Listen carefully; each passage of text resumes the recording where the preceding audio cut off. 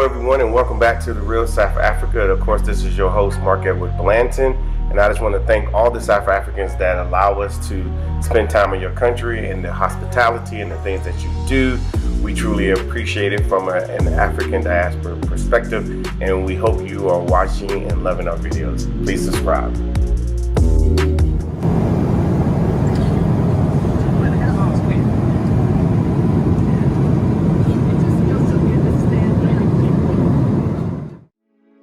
All right, guys, welcome to The Real South Africa. There is so much to see in this country. There's so much to do. And I think it's a place that we all need to come visit. And even those that are in South Africa, as South Africans, you need to move around a little bit. Come check out your country. It's absolutely beautiful. I think we see something as Americans that you guys don't see as South Africans. And that's why our first action videos are pretty, revealing, because again, these are things that we don't see. As you guys know, us African Americans, we don't live inside of our TVs. We live out in real space. So what you see on TV isn't our true lives, and so forth. So when we get here, we're really appreciative of what we find, the people that we meet, the things that we're able to do, how we feel, and so forth. So yeah, traveling to South Africa is a wonderful thing, and I will also say it's a grassroots movement. We all need to get out here and get through that door of the return and enjoy and see what the glory of South Africa really is, and Africa in general. So anybody in the diaspora, find your way back to Africa. Check out this interview. All right, everybody, this is Mark Blanton again from The Real South Africa, as you guys already know. And we have a guest that's here traveling from everywhere. So I'm gonna let her introduce herself. Hi, I'm Phyllis from Dallas, Texas. And I'm just glad to be here. Just glad to be here. Okay. Now, before you came here, you was somewhere else in Africa. Yes, I've been doing a bit of a rendezvous travel. I was in Egypt. Okay. And then I went from Egypt. I was in Egypt for about a month, and then I went to Dubai, and now I'm here in South Africa. So how did you end up coming? Because you wasn't scheduled to come to South Africa. Not initially, but because I was in the continent, I was not going to leave the continent without coming to South Africa. And I already knew about you guys, what you guys were doing. So you heard about us? Yes, of course. Obviously, yes. Okay. YouTube.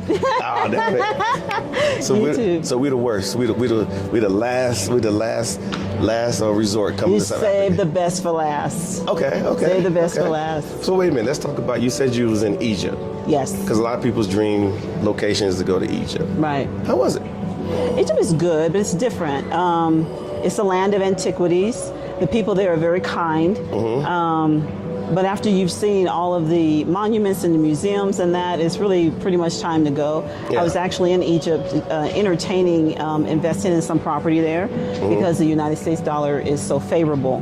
To the. Meaning it's strong. Yeah, it's very strong. Yeah. Very strong. Yeah. About as strong as it is here. Yeah, it is strong right now. Yeah, it's very strong. Yeah. And getting stronger, I think. Yeah. We're doing some ebbs and flows. Yeah. By the time we finish the interview, it'll be a little bit stronger. Trust me, it just keep popping up. Exactly. Okay, and then you said you left from Egypt to Dubai.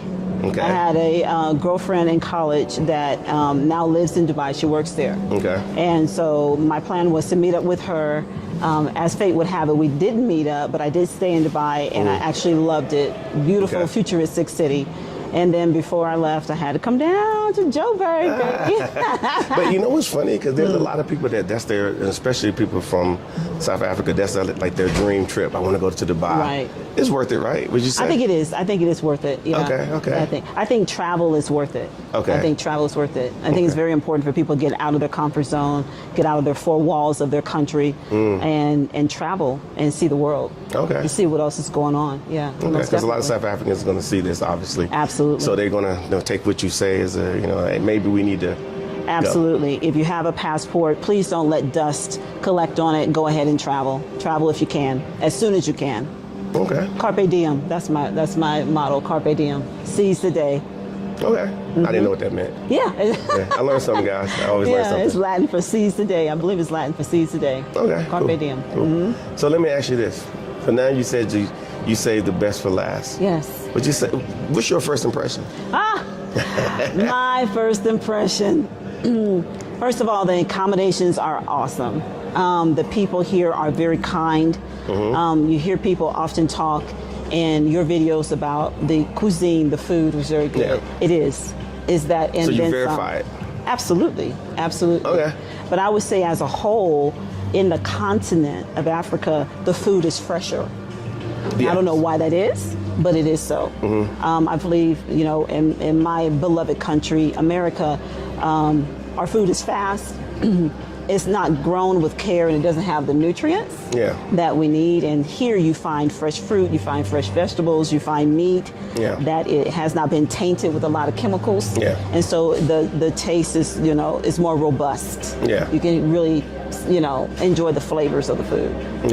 Yeah, I've been all throughout America, and I've been places where there's a lot of farms, and especially the livestock, and it's not a pretty sight. No. It's not a pretty sight, but I've been here, especially traveling through some of the other provinces outside of Gauteng, in Mpumalanga, Limpopo, and you see the animals like just living their lives, until it's time, but they time to sacrifice. Okay, it's time, and then they come to my plate, and I'm happy. But at the end of the day, I think they get raised properly. Even the chicken wings are like regular sized chicken wings. Versus these, these tomahawk sized chicken wings we get in the United States. And it was only alive for 8 weeks. That's right. Yeah. That's right. And I'm one to where I frequent a particular grocery store that specializes in all organic. They will remain unnamed, but you know which one I'm talking about. And I'm telling you, my whole paycheck goes there, and still the freshness and the availability of viable food is not there. It's just not. It's just not. But here, it's here. Yeah. It's here. I will say this. We was in Atlanta just recently. And it was so funny. We went to Walmart. Here it's called Macro. It's another store. Macro. Okay. It's Macro. It's just like Walmart. It's actually the same company. They just named something else. And we walk into Walmart, and half the shelves wasn't even nowhere near full. We're in Atlanta. Really? Yeah, it was just, it was some stuff there, but it was missing a lot of stuff. Wow. And I'm used to walking around here, the Macros, all the stores here, and everything is there. You got a full store of stuff. And of course, especially the South Africans will tell you, if you go to Woolworths, they got some really nice food in there, of course, food lovers and things like that. So been to Woolworths. Did go. It's pretty nice in there, isn't it? Yeah, it's very nice. Very nice. It's like an upscale grocery store. Yeah. It's kind of like it's in the States, Trader Joe's maybe. It's on along that lines, but a little bit more fancier because Trader Joe's is a little bit more farmish, kind of gritty. That's another one that we used to go to in the States. I can't remember her name. There's Kroger's, Albertsons, Vons, Save Mart, Giant Eagle. Yeah. I can't think of any more. Yeah, I'm trying to think of one we had in Washington D.C., but nonetheless, I agree with you. The Woolworths is kind of upmarket. We call it upmarket here. Yeah, that's right. Versus upscale. Upscale, upmarket. Yeah, same thing. Okay, cool. Right. So your first impression has been good. It has been. It has been. I'm looking forward to the rest of my trip. I'm looking forward to experiencing more, learning more about the South African culture, the history, getting to know the people better, and hopefully to come back again real soon. Okay. Yes, absolutely. So were there those back at home that were saying, like, when you went to Egypt, like, why are you going to Africa, or you just coming? Absolutely. Why are you going all the way over there? What you gonna do over there? And I'm like, why not? I think in these last couple of months or few months, couple of years, I'll say, if this whole crisis with COVID-19 didn't teach us anything, it should have taught us that life is short. Yeah. And you never know when your time is going to be up. So why not enjoy your life? Do the things that you have on your bucket list, do them now. If you have the ability to do them now. Set aside money, set aside time, move things around in your life to where you can experience those things so you don't have to get to the end of your life and have a bunch of regrets. Yeah. You know what I'm saying? Yeah. So just do it now. Live your life now. Why not? Why not? Yeah. And they're like, why Africa? Why not Africa? I have already been to Europe. Yeah. I've already been to South America. Yeah. I like both of those continents, but I had never been to the African continent and explored it more. And why not? This is where my indigenous people, this is where my people are from, historically. Yeah. Why not come back home? But it's funny because a lot of us, obviously in the States, we know we're African. Right. We're trying to hide behind something else sometimes. No. But we know we're African. We say, no, I'm from California, I'm from North Carolina. But no, that you were born there. Maybe your birth certificate says that and so forth. But you are African. Mm-hmm. And then the funny part about it is, people that are that are European that live in the U.S. that they know they're Americans just like we are. Right. But in the summertime, they go home. Yes, they do. They visit home, no problem. Sure do. They sure do. You'll find your friends going to their ancestral home, to England, to Ireland, to France, to Russia, wherever they're from. But we won't do it. And I don't understand why we won't do it. We need to come back home. As Mark says, bring your DNA back to the continent. Yeah. It is so important that you know your history, not only our American history, but also the history before we even got to America, and the collective history, not the history that they wanted to teach us, but what really happened, on the ground. And it'll help us to holistically heal. That's what it's all about. It's about healing and having a greater understanding about who we are and what we are capable of doing collectively. You said it. Yeah, I really believe that. Yeah. And I think Africa is the future. I really do. Yeah, and some people will say Africa's now. Africa is now. It's in the future too. Yeah, of course, of course. I would also say that, I think once people, I could put it to you like this. I don't know how many people they've gotten here. They're prominent people in the U.S., educated, maybe have made a few bucks over their lifetime, had a great job, great career, well respected, and they spend enough time here, and they get off the plane looking for the things that they thought that they were going to find, and they think that's going to be prominent, and then they get here, and a few days in, they're like, I've been lied to.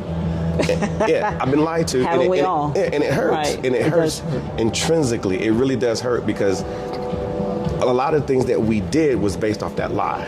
Oh, yeah. Our whole lives. Yeah. Yeah. And when you get past 50, it really hurts. Yes. Because you're like... you wasted half your life. It's greater than half your life on stupid stuff. Yeah. Yeah. On frivolous things that... Yeah, I mean, you think you're going to experience one thing, and when you get here, it's going to open you up to so much more that you didn't even think was possible. That's why it's so important to get out and to travel and come to South Africa, come to the continent. Yeah, absolutely. So as you guys know, I always say, obviously we're here in South Africa. We can take care of you here, but come to Africa. I don't care if your DNA comes back and you want to follow the DNA path and go to, to West Africa. You can. That's right. Go there. Just go. I guarantee you walk the streets and see people that look just like you. Just like you. It's crazy. Yeah, it's crazy. It's like, I know I saw my auntie the other day. I was like, oh my, yes. Yeah, they look just like us. They act like us. They eat like us. They laugh like us. They cry like us. They pray like us. They believe like us. They walk like us. They talk like us. They are us. Yeah. So you heard that. Yeah. I'm excited. I'm excited for the future. I am. I'm so excited. I can't wait to come back and see different areas of South Africa. Yeah.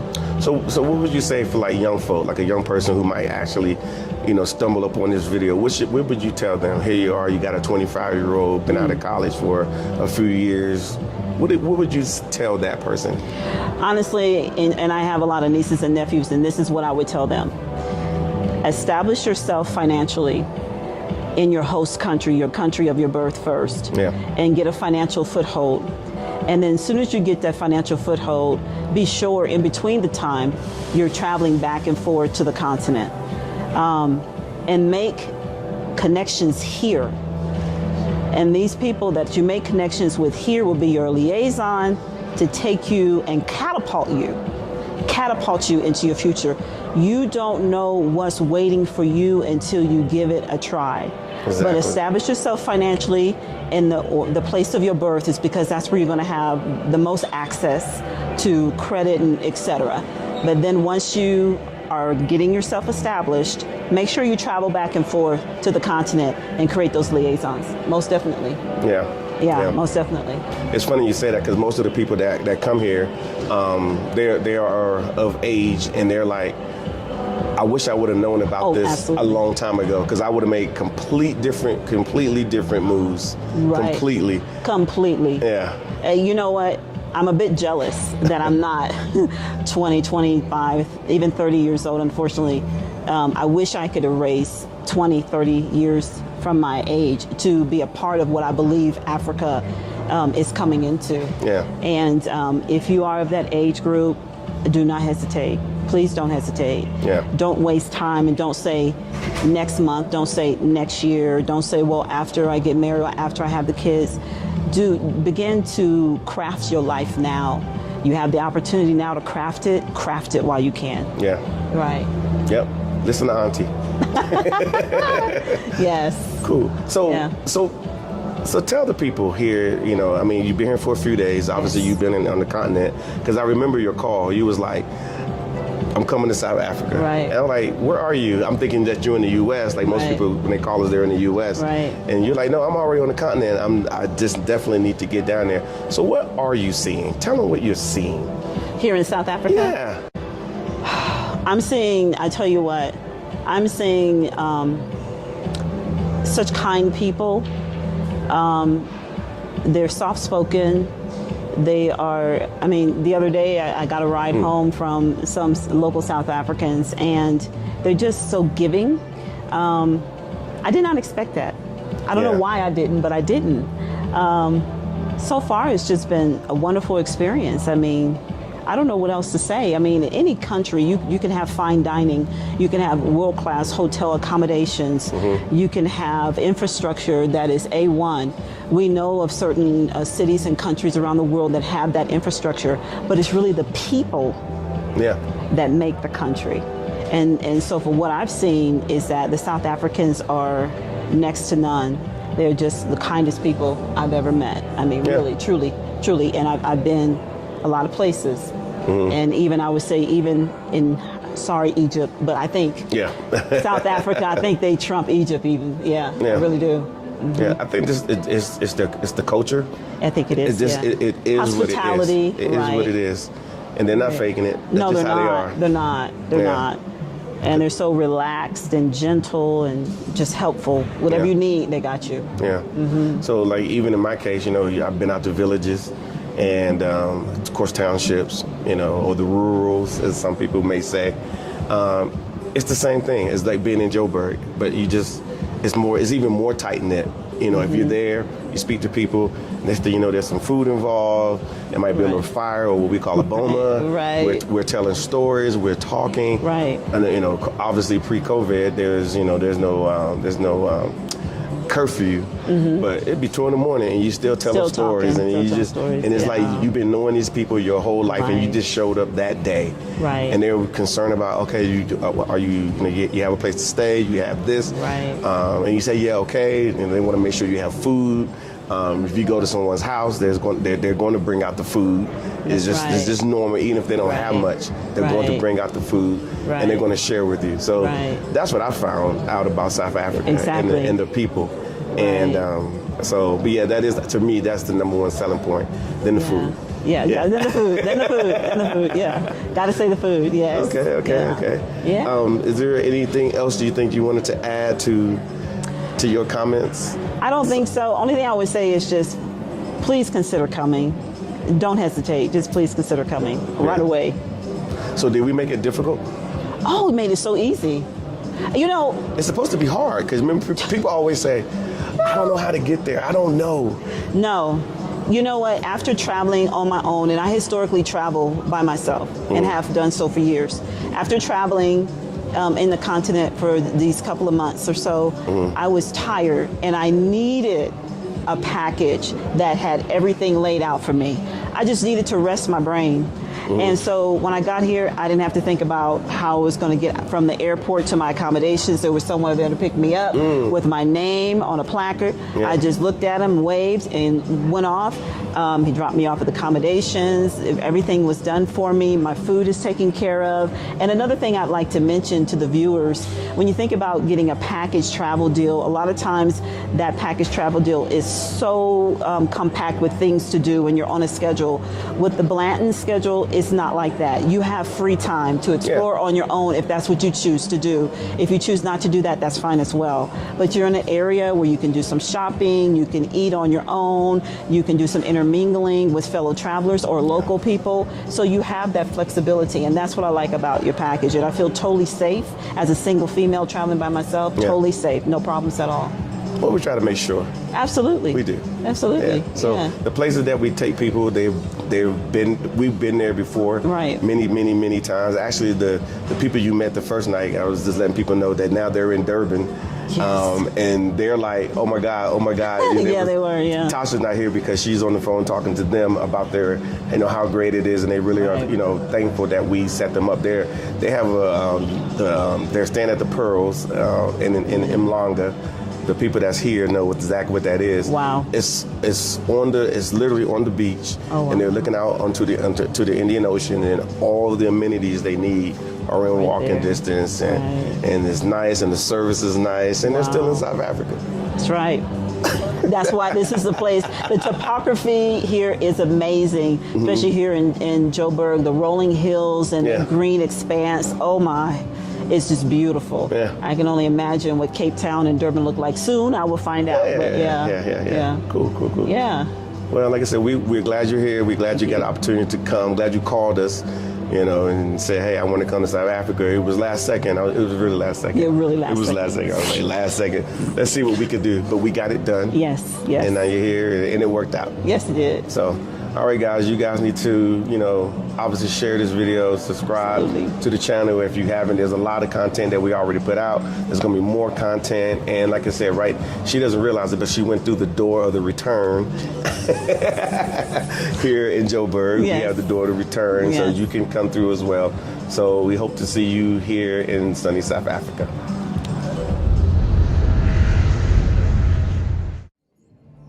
Hello, everyone. As you guys already know, my name is Mark Edward Blanton from The Real South Africa, owner and operator of this wonderful company that brings you to South Africa. And we do it in a manner in which you get an opportunity to view everything, see everything you need to see, either on a 6-day, 10-day, 13-day trip, or if you want to stay longer, we can arrange that for you as well. We do a lot of stuff. The best thing you could do is go to our YouTube channel if you're not already on it, and subscribe, because when you get there, you will see a lot of information. We put out information all the time, which could be important or which is important for you to travel to Africa. So if you always wanted to come here, if you wanted to bring that DNA back to South Africa or to Africa, this is the best way to do it. So we hope to hear from you soon. And if there's anything that you need, again, make sure you subscribe to our channel, and also hit us up at info@therealsouthafrica.com. And you are on your way. You are in final approach to Johannesburg, South Africa, a long lost dream you had that you was wondering why you kept having it. Now you can go ahead and live it. Welcome to the real South Africa.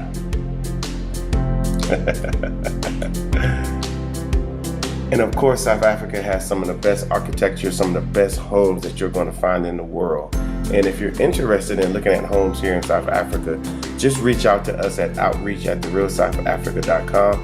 There are several different price points, from condos to 6-7 bedroom homes and everything in between. So if you're interested, reach out to us. And like I said, hopefully we will put together a package that will feature just coming to South Africa looking at property.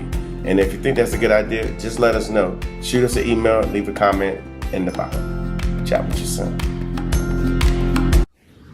Welcome to the grassroots movement called The Real South Africa. We are officially becoming the brand that you want to use when coming to South Africa, especially for the first time. We are uniquely positioned as African Americans here in Johannesburg, so we do have access to pretty much everything that you need. And I know it's kind of hard to determine what those things are when you're in the United States, but trust me, if we're telling you you need it, you need it. So obviously you can reach out to us to start planning your trip as soon as possible. Of course, you can reach out at info@therealsouthafrica.com or our website, therealsouthafrica.com, which is currently being revamped. So by the time this video come out, you should be able to see it, all the updates and changes and so forth. So, but yeah, we really want you guys to take advantage of this. We all know that we don't know how to get here. Most people don't, and there's not a lot of direct things that you can get to. And what I mean is, normally when you go to like a travel agency in the States, they sell you safari. Like that's all they sell. Do we do safari? Absolutely. But there's all kinds of safaris. There's shopping safaris. There is food safari. Hey everybody, this is Mark Edward Blanton from the Real South Africa, and I got these Chester cats here, way from Atlanta, and whatnot. Of course, we got the co-host here, Dr. Latasha Blanton, and we got our resident South African here who knows everything there is to know about South Africa. So if you got any questions, you can always shoot them over to here. And so what I'm going to do is let them guys introduce themselves. So we're going to start right here, and then we're just going to go around, let everybody know who you are, where you come from, how long you've been here, why you came. All right. I'm JT Talbert. I'm from Atlanta, Georgia. I've been here for about, 5 days? Still trying to, 5 days, I believe? Yeah. Right. And so why I come here is because I waited a lifetime to come here and be here amongst my people and be in the majority. It's nothing like it. Look at you giggling over there, so. Well, I'm Rodney Pinkney from Atlanta, Georgia as well. 5 days, been here 5 days. I can't say I've waited a lifetime to come, but it feels like a lifetime because I started taking interest in South Africa about maybe 2 years ago. And ever since then, it's been every day I've been on YouTube looking at their videos. I've been, just trying to find all the right information, valuable information about South Africa so that when I do arrive, I can be prepared, a little bit prepared. But it's been a joyous time for me the whole 5 days I've been here. I'm looking forward to just seeing all I can see and eat all I can eat. I know that's right. So? Okay, then we got our resident South African here who knows everything.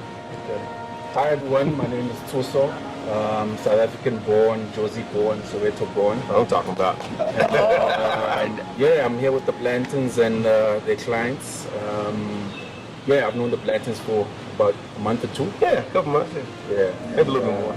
Yeah, they've become my friends now. So they invited me here to chill out with their friends. So here we are. Yeah, and we can all be friends. Yeah, we can, Every weekend. All right? Oh, it's going to be. Y'all listen too much rap music. So let me ask you this, because obviously a lot of people's concern is, and obviously you watch News 24, ENCA, and a few others, so we can collaborate here when they talk about this COVID variant being here in South Africa, or they keep making it seem like it's a South African variant or whatever the case may be. Unfortunately, we were the ones that discovered it, kind of let everybody know that it's going on. It was being very kind, because that's what South Africans do. Yeah. Am I right? That's what we do. Yep. Yeah. It's okay, you can say Yes, we are we. Sweet. Thank you. So we let everybody know. But what have you guys found coming through the gates and then now being here in South Africa? A total different experience in terms of the protocols and the prevention. I was totally caught off guard because in the U.S., I'm so used to having my guard down in terms of being able to just walk into a store without my hands being sanitized or getting on the elevator and going where I want to go. Yeah. Here has been totally different. It seemed like everywhere I've gone, we've gone, there are these stations that I have not seen in the States that you press without even touching it, pumping. And so I've actually been capturing pictures of that to show friends back home. Oh, they got it here.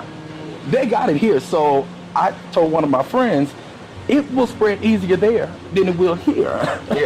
Because of, and there are some other things that go into that too, of masks, and I don't have to wear masks. And here I've seen everyone wearing masks, even outside.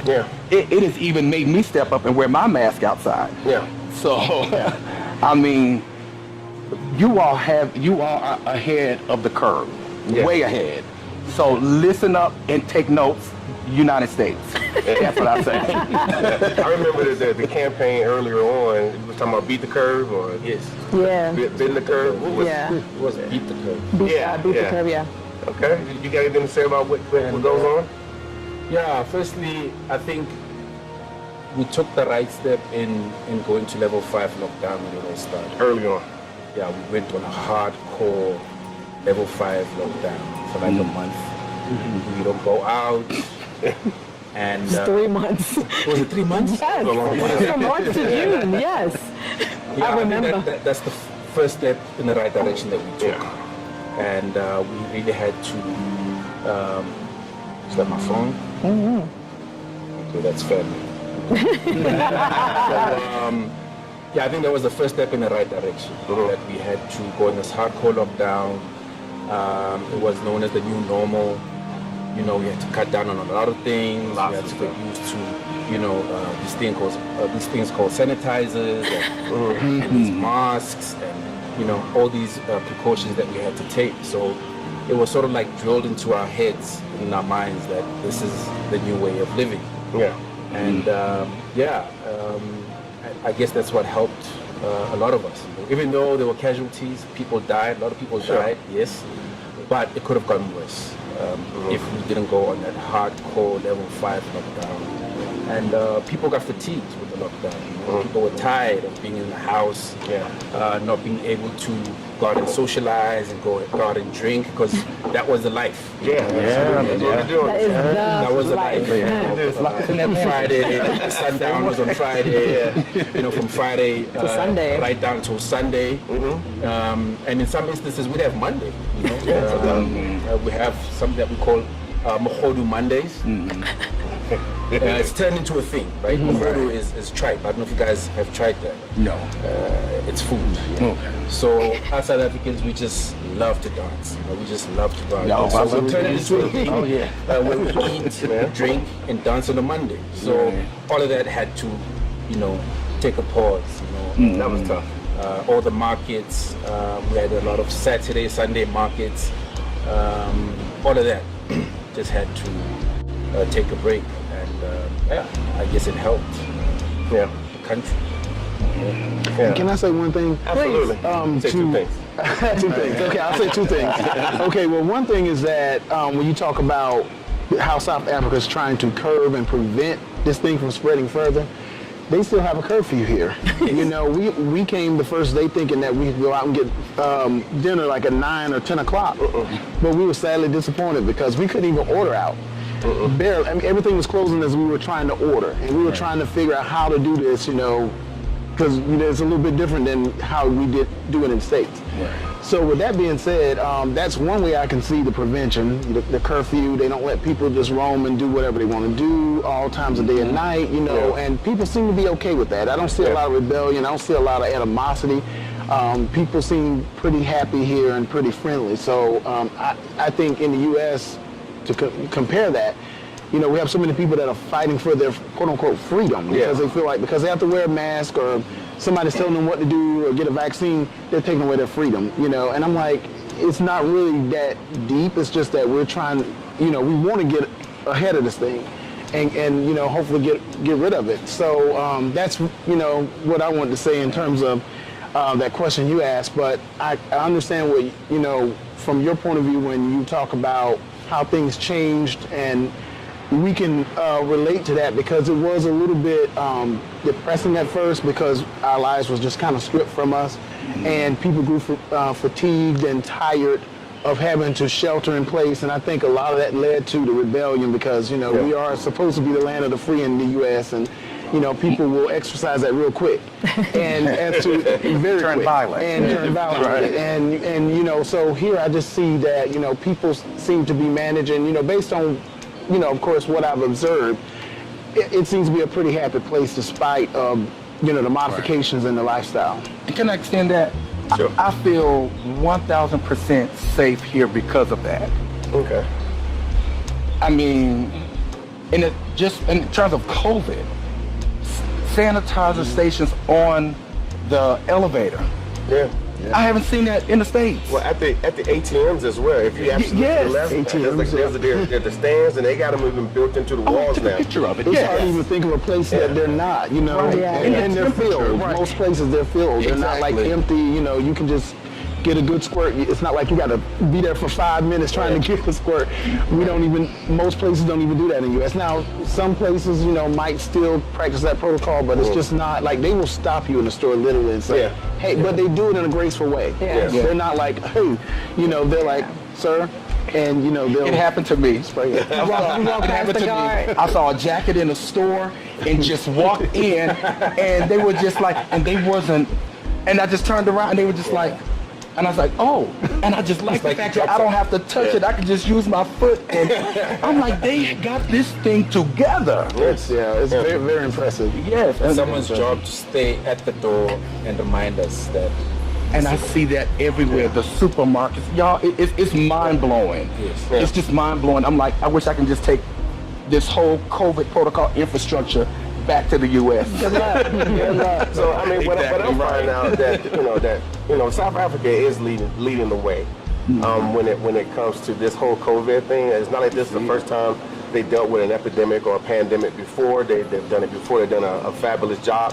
Some of those people are still working for the South African health services and things like that. So I think as an American being here, we were actually in the U.S. when it first came down, and we were so happy to be here, watching the news in the U.S. and talking to our friends that were still running around as if nothing was happening.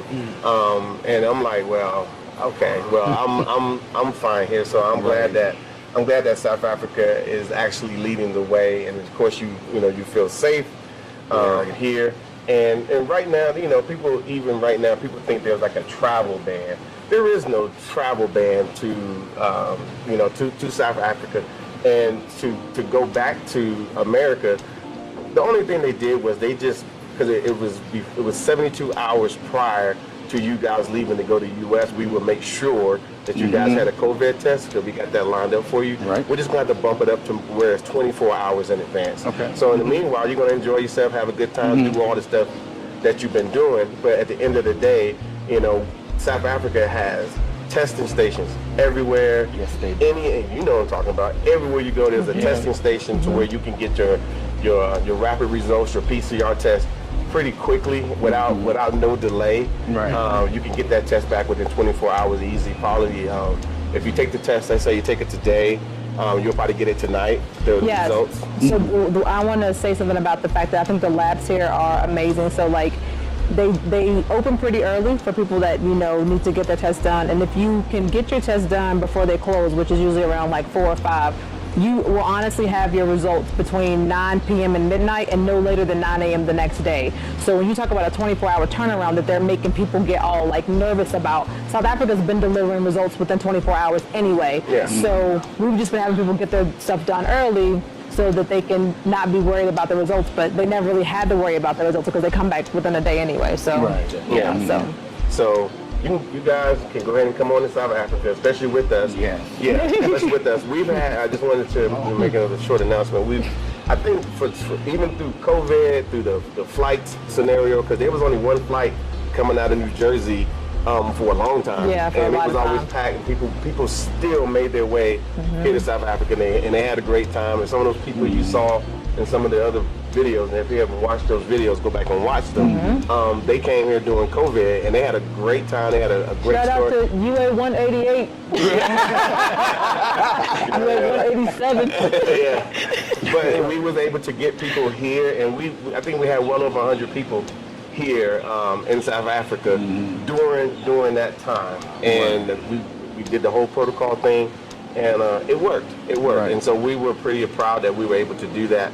And of course, the South African government set up all these stations everywhere, and it just made it easy for it to happen. So And, amazing, because it's like I feel like when I get back to the States, I'm gonna be looking for that.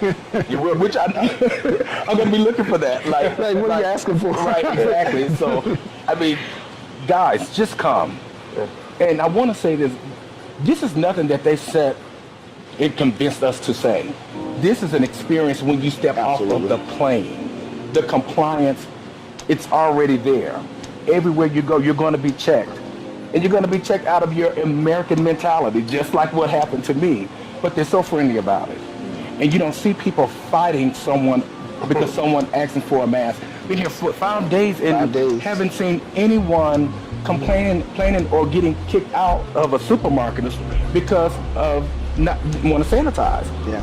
So guys, just come. A lot of compliance. Yes. A lot of people are compliant. Most every store you go into, a restaurant, extremely compliant. You have to remind yourself at first to do it, but then if it's not in the same place, like if you go one place and it's right there in front, and you go to the next place and it's in a different corner, you're finding yourself looking for it because it's becoming part of. That's what happened today. There wasn't a station there, but I was looking and I said it was right there in the cash, and I called him over. I said, Rodney, Get over here. So we remind each other, like, we don't get me kicked out of here, get bro. Americanized. Right. I mean, they won't kick you out, but they will come and find you and say, those will do it for you. At the end of the day, there's no need to wait. There's no need to, if this is a trip that you guys always wanted to get on, there's no need to wait. And then these young gentlemen here are going to explain to you about their trip. So tell me better yet, let me do the magic word. What's your first impression?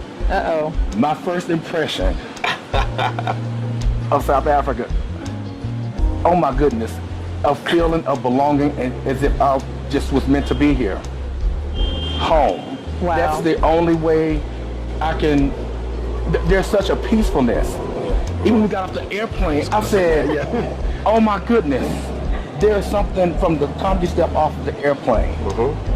And people was just so friendly. Everything wasn't rush and rude. Everywhere I've gone. Remember you would explain to them, you were talking about like the difference in just like being at the airport and like getting your bag, like how you felt like in that moment, like.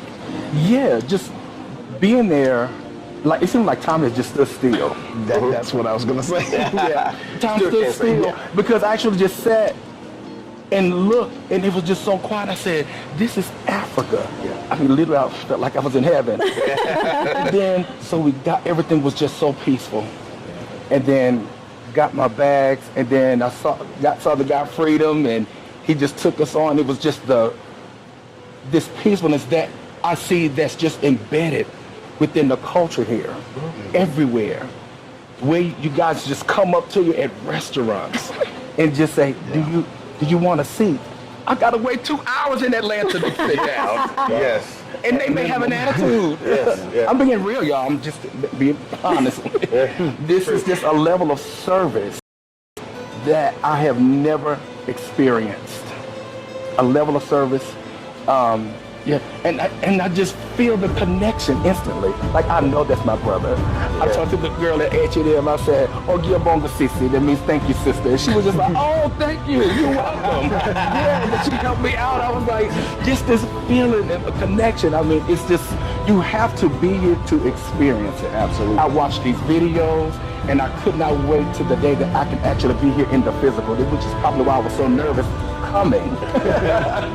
Because to be here physically and experience what all those other people on the videos were experiencing. Now I'm here, it's like, oh my goodness, I just can't see myself going back home, and I know I have to. I'm like, get on that plane. We talked about that. Oh, I'm getting on my plane, but I'm glad I bought the playbook because I know how to properly move here. Thank you. So guys, if you are, they got the playbook. Follow the instructions. And so I always told him, because I was last year, I said, I would leave you and I would just go. I'm ready to get there. So if I had my 2 cents, what I felt is a little bit of disbelief that I was here. I was like, it's finally happened. Because when we landed, I was recording. I hope I actually recorded, because I was trying to record. And, of course, at that time, I was starting to feel that like, wow, I'm actually going to a place that he's wanted to go all his life just about, and me for quite a period of time. But I've thought about it like every day since we started planning it, and wondering how it would be. How would my testimony stack up to the testimonies I've seen? And so as I was filming, I was trying to send it to my family, and the signal was jacked up. So I said, oh, I'll wait. So when we got off the plane, just to mirror what he said, calm and still. From the time we went down those escalators to baggage claim, we were just like, everything is so peaceful, everybody's so laid back. Like Atlanta, you're running, you're trying to, sure. It's like mini New York. And, and you know, when you get, and you just get a feel when you ask people questions, you walk up to them, they're very calm, they're very smooth, you know, like they're just not, I haven't gotten one attitude from any of, you know, any people that help me with my bags, waiters, waitresses, store clerks, you know, anybody that you deal with out in the service industry, they pretty much, you make friends with them. You know, whether if you make small conversation with them, it's usually pleasant. If you make, you know, we've had people, we went to a store called Bogart, I think, am I saying that correctly? Yeah, Bogart. Bogart. Yeah, Bogart. Bogart, we, you know, we just walking by, the guy called us in the store. We ended up talking to him like 30 minutes before we even went to look at any clothes. Like, and he knew about where we were, and he knew about George Floyd. He knew about all of the things that had taken place in So they know about America. African Americans. Yes, they know our struggle. They know it better. And he knows. They know our they know our past struggle sometimes better than we do, and you know, and they can relate, and you know, we can relate to a lot of things that, you know, people here have gone through, like the apartheid, because we feel like sometimes we're going through a modern day version of that in the U.S. And that's no lie. I mean, a lot of people may not have identified it that way, but deep down inside, I think a lot of African Americans feel that way. And so They just won't admit it. They just won't admit it. And, you know, we're very Americanized in a lot of ways. You know, a lot of people, you know, don't believe it, but, you know, you really are. Because, you know, if you've never been out of that environment, or you've never put your attention to another environment. And that's when I started realizing a lot of things that I'm saying now. And I'm like thinking, there's got to be something else out there for me that could be better. Something that can touch my soul better than, you know, where I'm at. Because where I'm at, I'm not always, you know, felt appreciated. I don't always feel valued, you know, as a person. And, you know, and I will say that because it's the truth. I have no shame in saying that, you know. I've experienced discrimination on my jobs. I've experienced discrimination, you know, just driving down the freeway, getting stopped and pulled over just because of my, you know, skin color. And, you know, I haven't driven here yet. I might get pulled over because I know I'm not good at that. I won't be good at that the first time, but... You might get pulled over driving on the wrong side of the road. But, you know, from what I hear, you know, it's a total different experience. You don't always have to necessarily fear for your life and your well-being, and, you know, just like I said, just being here and being a part of the culture. And, you know, to understand the culture, you got to walk in the culture. So that's what we're doing every day. You know, we've been, we haven't been on any tours yet. That starts tomorrow for us. So we'll have more, you know, that. But, you know, we have seen the Nelson Mandela Square. We've seen that. That's probably the most historical place that we've been since we've been here. But I'm looking forward to so much more. But just being in that moment and seeing, you know, just the artifacts of that is just amazing. And just seeing how, you know, you have to race to take a picture because everybody's trying to get that picture. From around the world. From around the world. And, you know, just the feeling of being in that moment, too, you know, it's a moment of pride that I actually stepped out of the American culture to come see what it's like in my homeland because, you know. That's great. It takes a lot for people in America, a lot of people, African Americans, to get to that thing of owning Africa as their home. Wow. Or seeing it that way or feeling that way. And let me add to that, excuse me, let me cut you off. Sure. And that's because in terms of experiences, we're constantly fed Europe, Greek, France, and Mexico. Barcelona, where we were discriminated there. Heavily. And I told him, I said, after that, I said, if I spend my money, I'm coming here. There's no doubt. And everyone that knows me knows I have always loved the Zulu culture, the South African culture. And I said, from afar. Like I have been since the 90s, since Serafina. Yes. Right. Yes. Go ahead and tell about your book. Go ahead and tell about your book. Tell about your Zulu book. Okay. So it wasn't until back in the 90s Serafina came to the U.S. And I heard that soundtrack, and I said, I have to know what the language it was, because I could sing in it. But I was like, what is it? So I started learning Zulu, that's how I started learning. I taught myself. And so I started teaching myself and using it, and I'm actually a big fan of Joyous Celebration. Okay. There's good gospel choir here.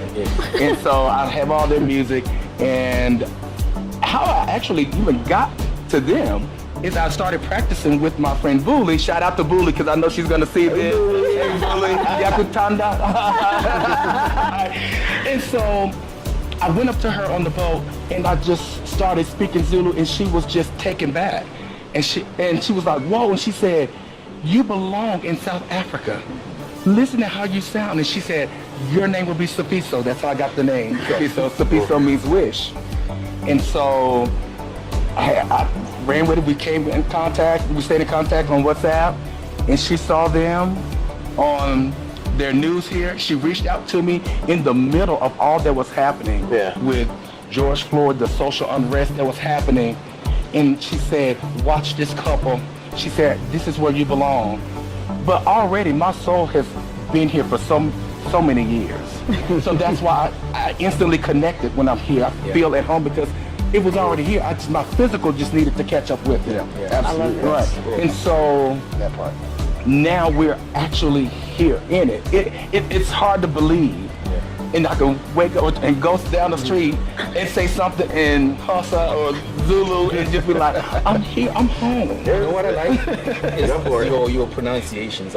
Mark will tell you. I think there's a video that he posted. Okay. Or was it Tasha? No, I don't post It it. might have been me. No, this one I posted. Yeah. Oh, yes, she did it. Of your pronunciation. You did good, didn't you? This guy. Yeah, this guy. He's got it. Like, Yeah. He did the C, the Q, and the X perfectly. It was and great. for someone to go to that extent of understanding, those nuances, the C's, the Q's. Yeah. That says a lot about how determined they are to learn the language, the culture, which will open up, more things like learning the differences in the names. And you could identify with that culture. This is Xhosa, this is Zulu. This is Pedi, this is Tsonga. 11 different languages in a country. There's so many cultures. Yeah.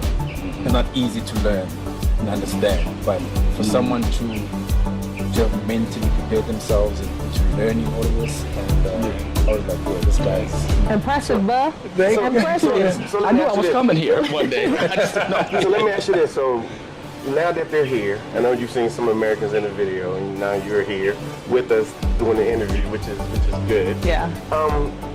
How important do you think it is, from a South African perspective, that these African Americans start visiting South Africa on a normal basis? I think it's very important. I think for one, we're black. We are African. So it's important for us to bridge that gap. For far too long, we're disconnected. Yeah. And I think the time has come for us to bridge that gap. I know so little from where I'm at about America and how black people live. And I think it's time that we really get to spend more time and effort in learning about each other, because that's when you realize that we're actually kind of the same. You know, we go through the same experiences. We go through almost the same things when you bear the skin color. So I think it's about time that we really start, saving up to travel more and learn more about where we come from, because it's obvious that Black Americans have been stripped of their culture, and no one is holding them back to hop on the plane and get that Not culture. anymore. Not anymore. Right there. All it takes is a plane ticket to learn more about where you're from. Just touching the soil. Right. That's all it takes. Yeah. Just be on the soil. And I'm sure you guys have learned or heard about, what happens when rain comes. It's actually Explain a it. blessing. It's a blessing. Explain it. Yes. It's your ancestors approving your presence here. Yep. Go ahead and say it. The night you got I here, guess it's pouring down. It's been raining a lot since you guys got here. Yes. Like cats, dogs. What I have said, oh God, I'm getting chills. That thunder. The thunder is like It's amazing. It is. It's a totally different thunder. sound in the U.S. I said, why does it feel like I'm we're closer. But I feel closer to God. Like it sounds like you're closer to God. I'm no kidding. I said that yesterday. I don't understand. I met this couple, right? I've never told you guys this. Okay. There's this magnetic feeling that I felt the moment I saw you guys. And I asked myself, I was like, what the hell was that feeling? But it's your ancestral energy that is with you guys. You could tell that your angels are happy that you guys have finally touched They all this happy. ground. Yeah, of course. No, That's I have that's enough why dreams for the to longest remind me that they're happy. time. That's why for the longest time, when you guys were going back to the States and you felt miserable, That's what we got. those were your angels talking to you. Yeah. It was like, was your- get your ass back over here. That was your energy talking to you that something's missing. No, and it's funny that you said that because I think that like over the time period he and I had discussed, like I remember when when I was like, okay, like I am I feel like I was gonna die, and I remember saying to him, like, we need to go now, like we have to go now. And then he had said that, his mom had given his blessing, sometime before she had passed, like, if you can get there, you need to go. But then, like, as time went on and we were like, there's like an additional 5 years, and then we were dragging on. And then finally I was like, that's it, like, we got to go. And I remember, it had nothing to do with me being 40, whatever the case may be, but I really felt like I needed to go, like, at that time.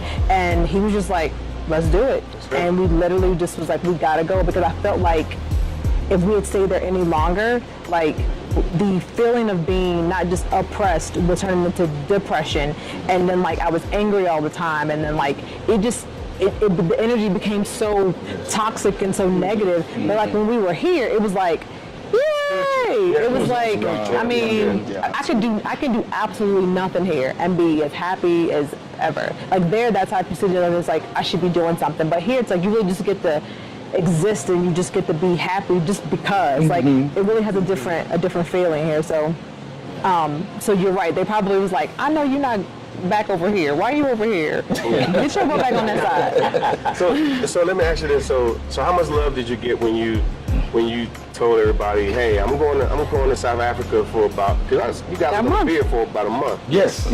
What did people say? I'm sure you got a lot of love. People said, What did they say? you're going to be there a month? Yeah. What are you going to do? It's this big question mark. Like, why? Like, and what, and I'm like, why not? People go and to other countries and different places in the United States on vacation to do whatever it is they want to do for that period of time. So I said, we want to do more than just visit and have some drinks. We want to understand the foundation, the culture. We want to see history. We want to see what the land is like here. Hey, if we want to buy real estate, just different things we have an interest for. We just want to understand South Africa. We want to understand, as much of the, country of Africa as we can in the future, but this is our starting point. And I'm like, why wouldn't you want to come and just, even if you're not going to make the move one day, just come and just get the experience, and I think it just comes with some people knowing someone that's taken that dive, and maybe, just us taking that dive will encourage other people, influence other people to, see what it's all about. Sometimes, for some people, they have to see someone or know someone do it. And for us, I think if we set our sights on it, we're going to do it. We're going to make it happen. Now, what did your people say? Because you guys still came. I mean, you were here. You've only been here 5 days, and you got to remember it's a new variant in the middle of a pandemic. So what was the buzz like when you said you're still coming in the middle of all of this? Oh, I knew I was coming. I said, be honest with you. You really want me to be? I do. Okay. They were resistant to me being careful. Be careful. But we need to be careful in the U.S. Yeah. Especially. Especially in Atlanta, right? Yeah. Especially. The crime rate is through the roof. Right. But they were said, you may not go, you may not watch. I said, listen. You guys can't go. The U.S. Embassy in Pretoria hasn't told me. I'm still going. Yeah. As long as I didn't get a denial or something saying that you can't come, I was coming anyway. Yeah. I waited this long, and I knew this is where we're supposed to be. So regardless of what anybody was saying, we were coming. And that video The video you did earlier on about the variant, I actually sent that to my family and I said, I need a summary. I want to know that you read it because you won't ask me. I'm an analyst. He gave him an assignment. Do your homework. Yes, I wanted them to a 4-page report. Right. I wanted them to know that they just skimmed through it. I said, look at what South Africa is doing. And my dad came back. He had like 10 things. They did this. I said, thank you. And I have not gotten one question. And I have shared that video because the media, once, especially the U.S., once the media, that perception sets in, it's all of that. No, it's not. Understand, dig a little deeper. People just think, oh, it's South Africa. Oh, you shouldn't be there. But I guarantee you, if they said it was in Mexico, they'll still be going. Yep. And this is another one. Well, what if y'all get stuck? You know, you're gonna get stuck. We're like, well, we're fine. Oh yeah, we'll get back when we can. Oh, I know exactly what I said. I said, if I'm stuck here, I said, at least I'm with my people. Yeah. That's exactly, I was looking at contingencies. I got extra medication. I got extra things. I said, if something happened, I said, got stuff here too. Oh, well, I will be right here. So we'll work it out. It would work out. Well, you're not I don't want to go home no way. Well, you're not going to get stuck because you're a citizen. Don't make sure you get back home. Exactly, you're not going to get stuck. But yeah, I understand there are some people that got stuck before. And trust me, they was like, oh, shame.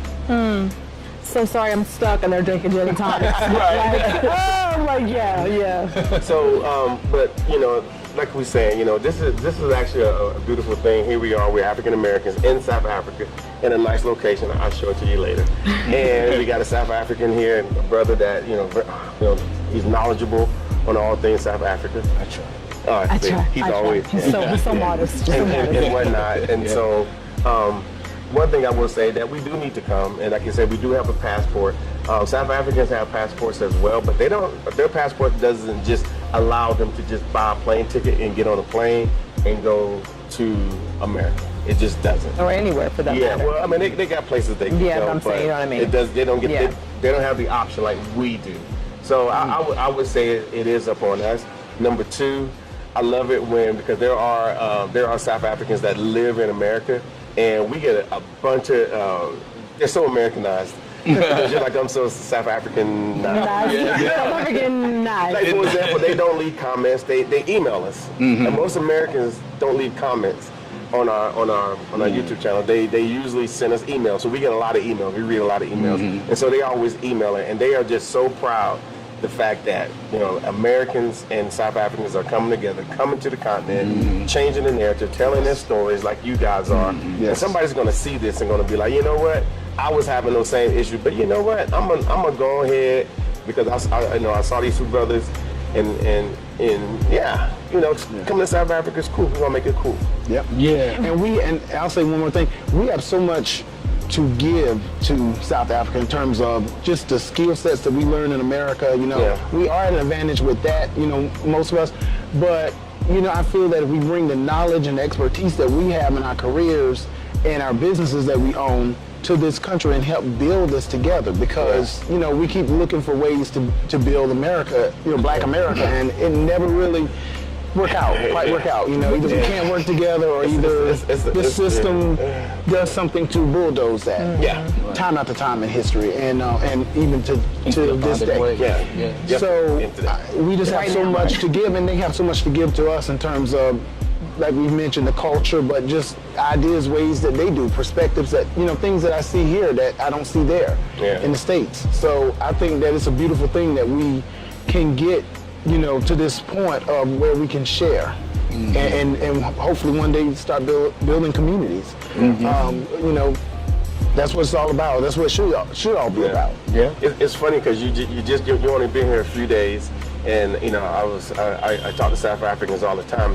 Like, they don't see the deficits sometime in their society of what they need. They don't. But most of us Americans, we come here, what you said, with our skill set, what we know, what we done been through, our history, and we get off the plane, we see it immediately. Like, oh no, we could do this, we could do that, we could do this, we could do that. Yeah, we see it immediately, you know. And unfortunately, that's why we're sitting here today, because like I said, we've seen it immediately several times from the other adventures that we've had, from the toy store to what we're doing right now. Because you know, we felt like we did enough for King and Country, so we was coming to just to relax in South Africa, and you know, it's pretty easy to relax here. Very easy, very easy. But we saw some holes, and we like, let's fill that. And we've been finding out there's a lot of South Africans, from the lowest person to the top person, which is really only one degree of separation, believe it or not,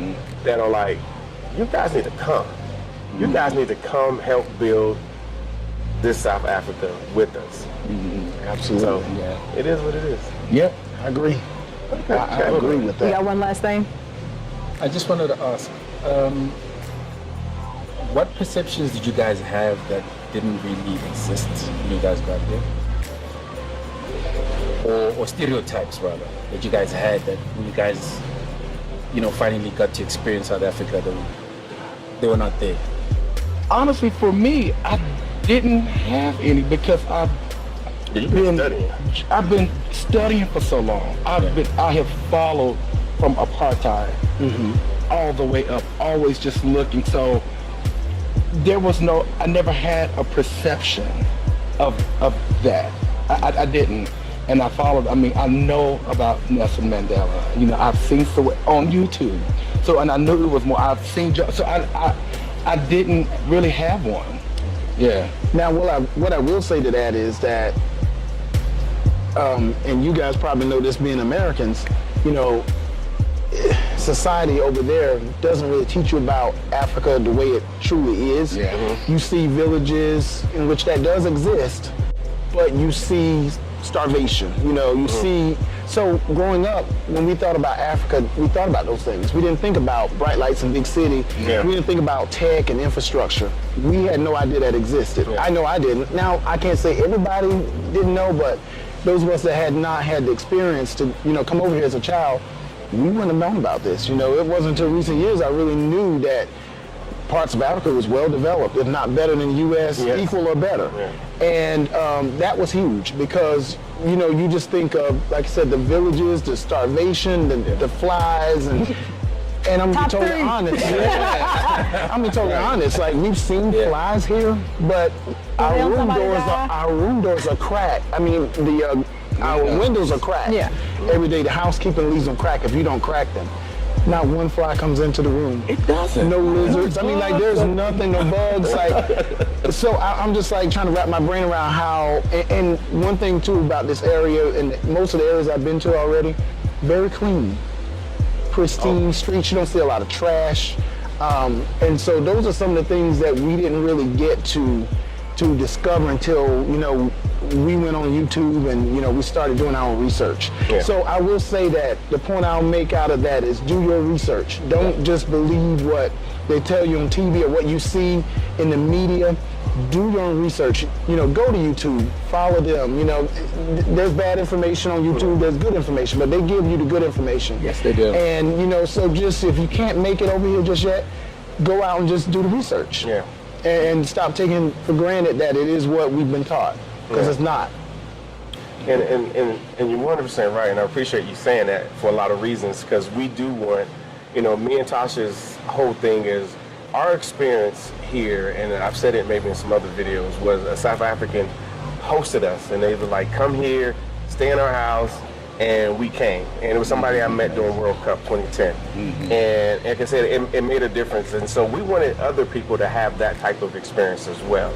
So we just, when we got here, we said, you know what, we could do like most places that if you were in the U.S. and you're looking at coming to South Africa, you're going to come here to Joburg, you're going to go stay in a hotel overnight, and then you're going to get whisked out into the bush, in the bush lodge somewhere, and you won't even see any of this. And then you're going to stay there for 7 to 10 days. You might go on some game drives, which we actually put inside of our stuff. You guys are going on one as well. And you get back, you go to a hotel, and then you get back on the plane, and you missed everything, because the whole time you're at a bush lodge somewhere, and those bush lodges are very, very, I'm going to say it, very expensive, versus what we do. But we want you guys to have an experience like we have. You take us on places, but then also have the option to go on your own and explore and be able to touch the people, because we've had people that's on their second time coming here, not maybe the second time was with us and the first time was with someone else, and they're like, I didn't do any of this. I didn't even know this was even here. Because when you land, you probably landed at night. Just evening. Some people land at night, and then they got whisked to their hotel. They didn't see anything, and then they get up first thing in the morning, get breakfast, and then they put them on a bus, and then they take them straight out of Joburg to Mpumalanga, the Limpopo, the Cape, whatever, and so forth. So, but you guys got a chance to stay here, but we really wanted people to see it for themselves, because our intention is to tell our own stories. So you guys are going to make your own story, and you're going to tell other people, and then so forth and so on and so on. You'll link up with good South Africans while you're here, like this one, and many others that will assist you in whatever you're trying to do. We already have friends. We've already been invited to Alexandria or Maryville, someplace else. So it happens. It's really it's really awesome here. That's really all we can say. And so we kind of stand back and we monitor. We know where you're at. We know what's going on. They over there. They go. And whatnot. We know where you are most of the time and so forth. So, man, the safety. I've got to say this.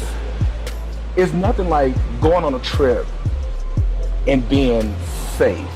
I remember Quincy Lewis. I was watching that video. You from ATL, so he was like, I want to be safe. And I was like, oh yes, guys, you are, when they book a trip, you are safe. Even the rooms, guys, our apartment, and going back kind of sidebar into technology, I mean cybersecurity. There was not a key, there was a lock that speaks to you with these digital.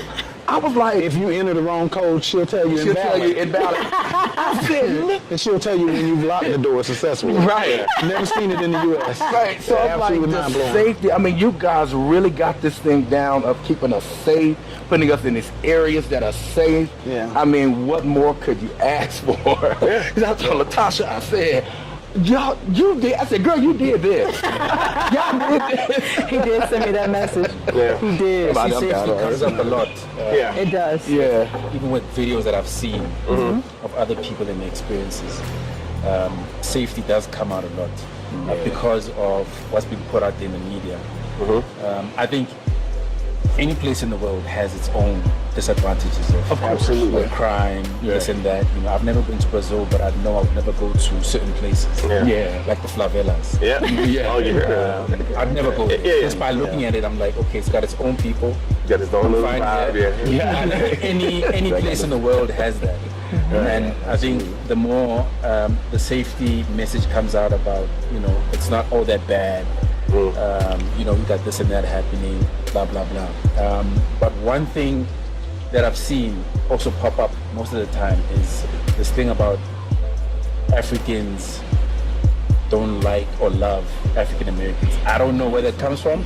But it comes out a lot in the YouTube world, where videos are done about whether or not Africans love African Americans. What was your experience like? Did you guys, you know, experience that for someone that still thinks, you know, that happens? Here, absolutely not. Absolutely not. Everywhere, every person, African I've shaken hands with or I've been searched from, the attitude is just so gracious. It's just like, goodness, I mean, there's no attitude and just so friendly. I mean, and like I said, willing to just help. Willing to tell you this. So I have not gotten that type of experience at all. That's really true. At all. Or thought they were better than, no, I mean, I've gotten that at all. Yeah, and you go in a store, you know, it's not like somebody standing there watching you as if you're going to steal something. Like normal. They're watching you to help you. You know, they're really going to probably come over and help you, or they're going to help you as soon as you walk in the door. Like we went to a clothing store today, and they were just all over it. Like they, took our bags that we already had shopping bags, so they took our bags, put them behind their station. They were just extremely helpful. Every time I needed to try on something, even if there were other customers in the store, they were running and getting the clothes to allow me to try them on as many as I wanted to. It was just like customer service is just like over the top. Like it's a whole nother level. So that's the way it should be. Yeah, absolutely. Yeah.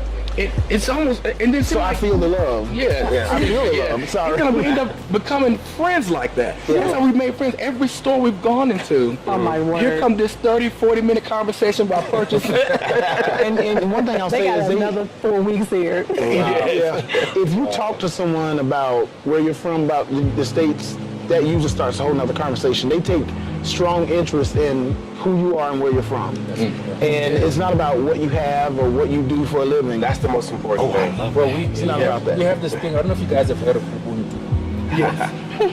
That's currency. That's what we have. The humanity. Humanity. Yes. That's what helps us to connect. You've got Ubuntu. You're able to relate to people. Yeah. That's why you got asked where you guys are from. That's why you got all this nice hospitality, because of this currency that we have called Ubuntu. It's God-given. Right. And why wouldn't you want to be in a place that gives you that?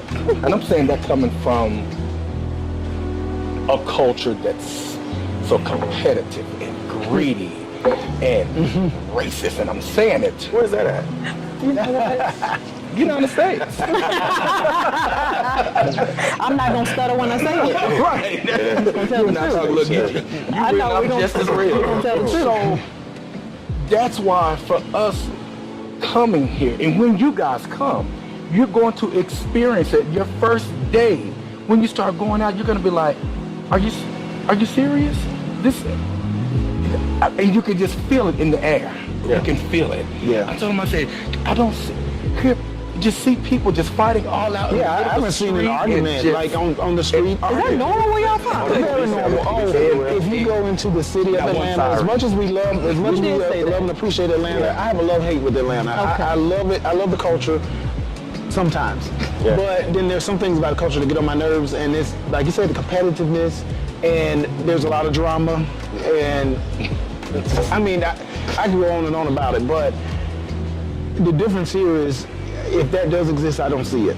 And I don't see a bunch of people, people do drive nice cars here, but you don't see them just trying to be seen it and flashing and flossing, what we're accustomed to doing in the States. Yeah. So it's just a different respect for everything. Like, I feel like people really respect things for what they are, people for what they are, and it's like, it's just a whole different experience. It's something you just have to see to believe. Yeah. I can tell you all day long, but just you being here gives you that total perception, because you feel it. It's not just a perception, you feel it. Yeah. You see it. It's just like all five senses. So let me ask you this. So now, obviously, you're here now, which is good. How hard did we make it for you guys to get here? Did we make it difficult? Oh, not at all. No, I'm sorry. He's getting ready to cuss. The reason I say that, because we want people to come. We want people to come in, we do the payment plans, we do whatever you need. I was going to say, and that's what I was going to say. So you can speak on it. That's exactly what I was going to say. They do make it very reasonable for you to get here. They don't put a timeline. You put your own timeline. You tell them when you want to get here, and if you need to make adjustments, they will work with you. They will bend over backwards to work with you, because they understand everybody's situation is unique. We all go through changes in our lives, especially with COVID and everything that's going on now. So we originally were scheduled to come here at the beginning of the year, around February, and it's December. Yeah. And so we pushed ours back because, COVID was still real strong in the U.S. Traveling was tough. We wasn't ready to travel, honestly. Yeah. And, I was starting a new job. And so at the time, it was just a time of being able to sit down with them. Well, we didn't have to sit down with them. We just emailed them, or we did have a conversation on the phone. And, it's like whenever you get here, is when you get here, whenever you're ready. The flexibility of it all. That's what I like. You guys wasn't pushy. You all said, this is what I'm going to Going out for the create. money. Right. It was right. No, I mean, because we're already here, so. Right. It's like, okay, this is that. Which makes you relax as a customer. Right. These people are not 100% after my money. Yeah. Right. We have a good Just wanna time. give me I want you to have a good time. Yep. And That's whenever I'm exactly. ready, Yeah. I'll be there. Yeah. And It doesn't was sound just- dodgy. No. It's like, what are you talking When the about? trip was paid for, that's when it set in, because we couldn't wait to take that receipt that says we will see you in sunny South Africa, and we just started sending out, and that's when it got people's attention. Oh, they are going. I was like, congratulations, your account is fully paid. Because See you we soon in were South Africa. telling our friends, and there wasn't really a response. It was like, oh, y'all going? Oh, okay. But then when they saw the actual text, it was like, oh, y'all going? Oh, for how long? 3 weeks? A month? A month? And think about a month and some days. Yeah, you Because are. we're here past New Year. You are. Right. So it's hard for them to yeah, right. The whole festive season. Oh, yeah. Okay. They about to get it in. So it was just, I mean, it was just like, it was like, I can't wait to get to that day. And the more I watched the videos of other people, the more jealous I got, and the more I was crying. I was like, I can't wait to feel what they're experiencing. And I will tell you this, I know you want to say something, excuse me. Guys, if you can, do at least 3 to 4 weeks. This is the, if you can. Because this way you really experience the culture instead of just, I want to do a tour and I am out. And having the days of leisure allows you to be embedded into the culture. Like us, thank you all for that. You're welcome. Because we're able to just kind of come and go, get adjusted to the time frame, and just what it's like to be a South African. And what I want to be like. I think for me that's what traveling's about. You know, to feel the fabric of the country, of the people, of the culture. And, I hope it's going to change your lives one way or the other. You guys go back home. I think it already has. And one other thing I was going to say is they lay out a full itinerary for you. So before you get here, you can see exactly what you're going to do electronically, and they will allow you to make adjustments too. You know, if it's reasonable. But that's one thing that's comforting too, because we could see in advance. That app. Talk about that. We've never seen anything like that. The travel app. It has everything laid out from arrival to departure. You know how you'll be picked up, where you'll be staying. All of that is just in detail, full detail. So if you're that type of person that like that type of detail, you'll be very impressed with that. I know I was. I mean, I know me. He knows how meticulous I can be, and that's me just being an analyst by nature. That's just when being you. He happens to be an analyst. And I clicked on it. I said an app, and when I opened it, I said, "Are you this?" So no shuffling papers, and you can see everything. And so we did an add-on. And so Latasha was like, "Okay, yeah. Oh, go to the itinerary, and I can just go right there and look like, oh, that's what we do. Oh, okay, I'm telling you, this is 5-star, no 6-star service." Thank you. Because anybody knows me, I can't deal with chaos and things are out of order. Right. They are on point with their processes, the ease of information, how to get to them, and things to know up front, so you're just not caught off guard. So she hit me up 3 or 4 days. Hey, expect this is coming, and then I created a folder, South Africa. Everything just fed right into that. Perfect. Nice. Yeah.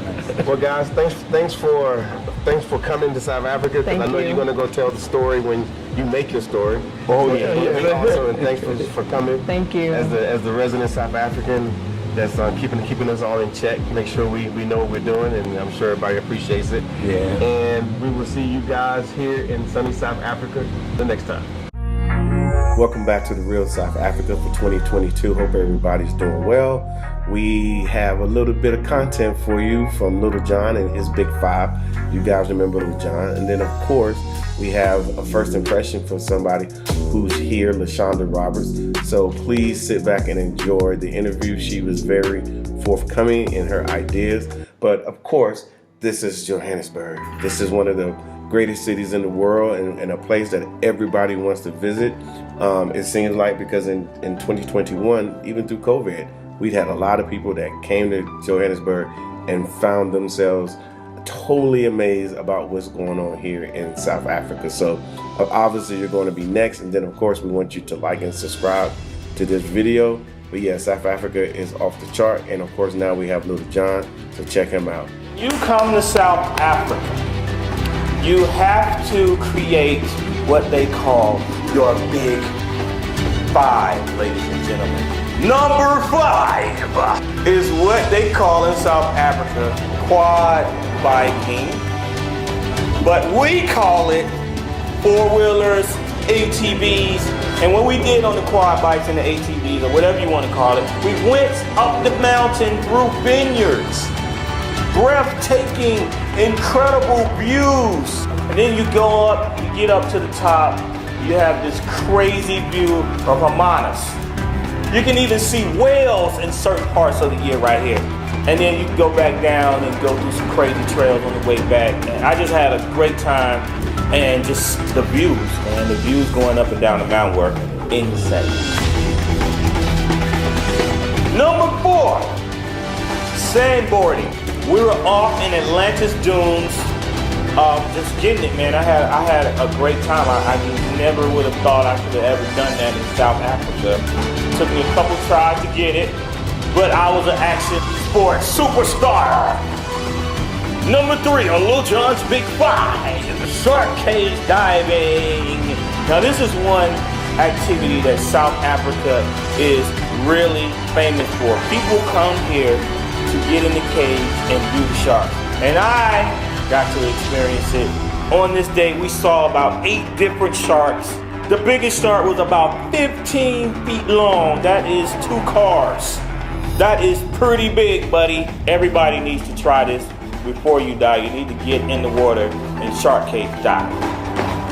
Number 2, we almost number 1. Number 2 though, when you come to South Africa, you have to experience some of the wildlife. So, walking with lions, pretty intense. I got to hold the baby lion, pet the baby lion.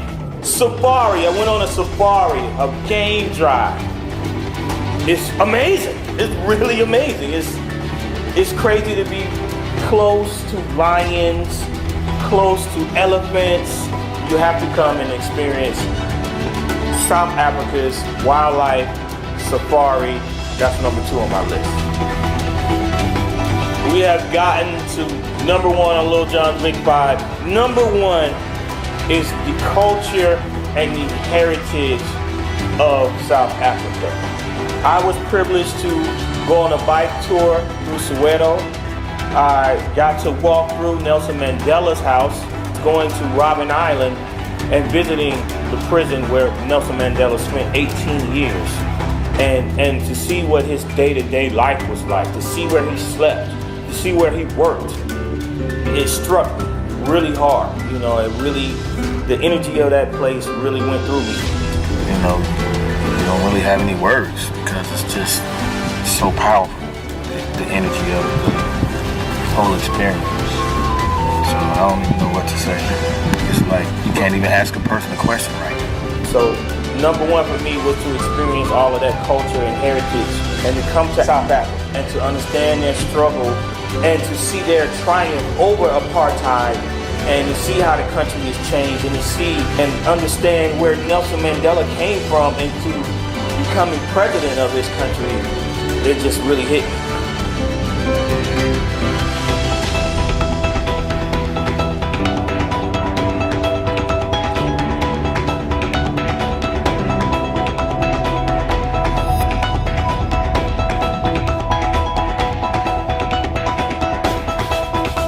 Come experience South Africa.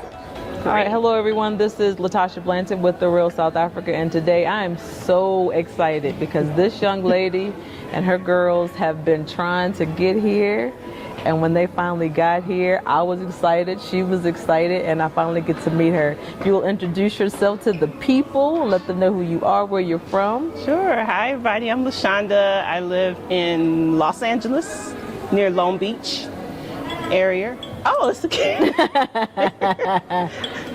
Excuse me, y'all. I'm a little jet lagged, but I'm still having an awesome time.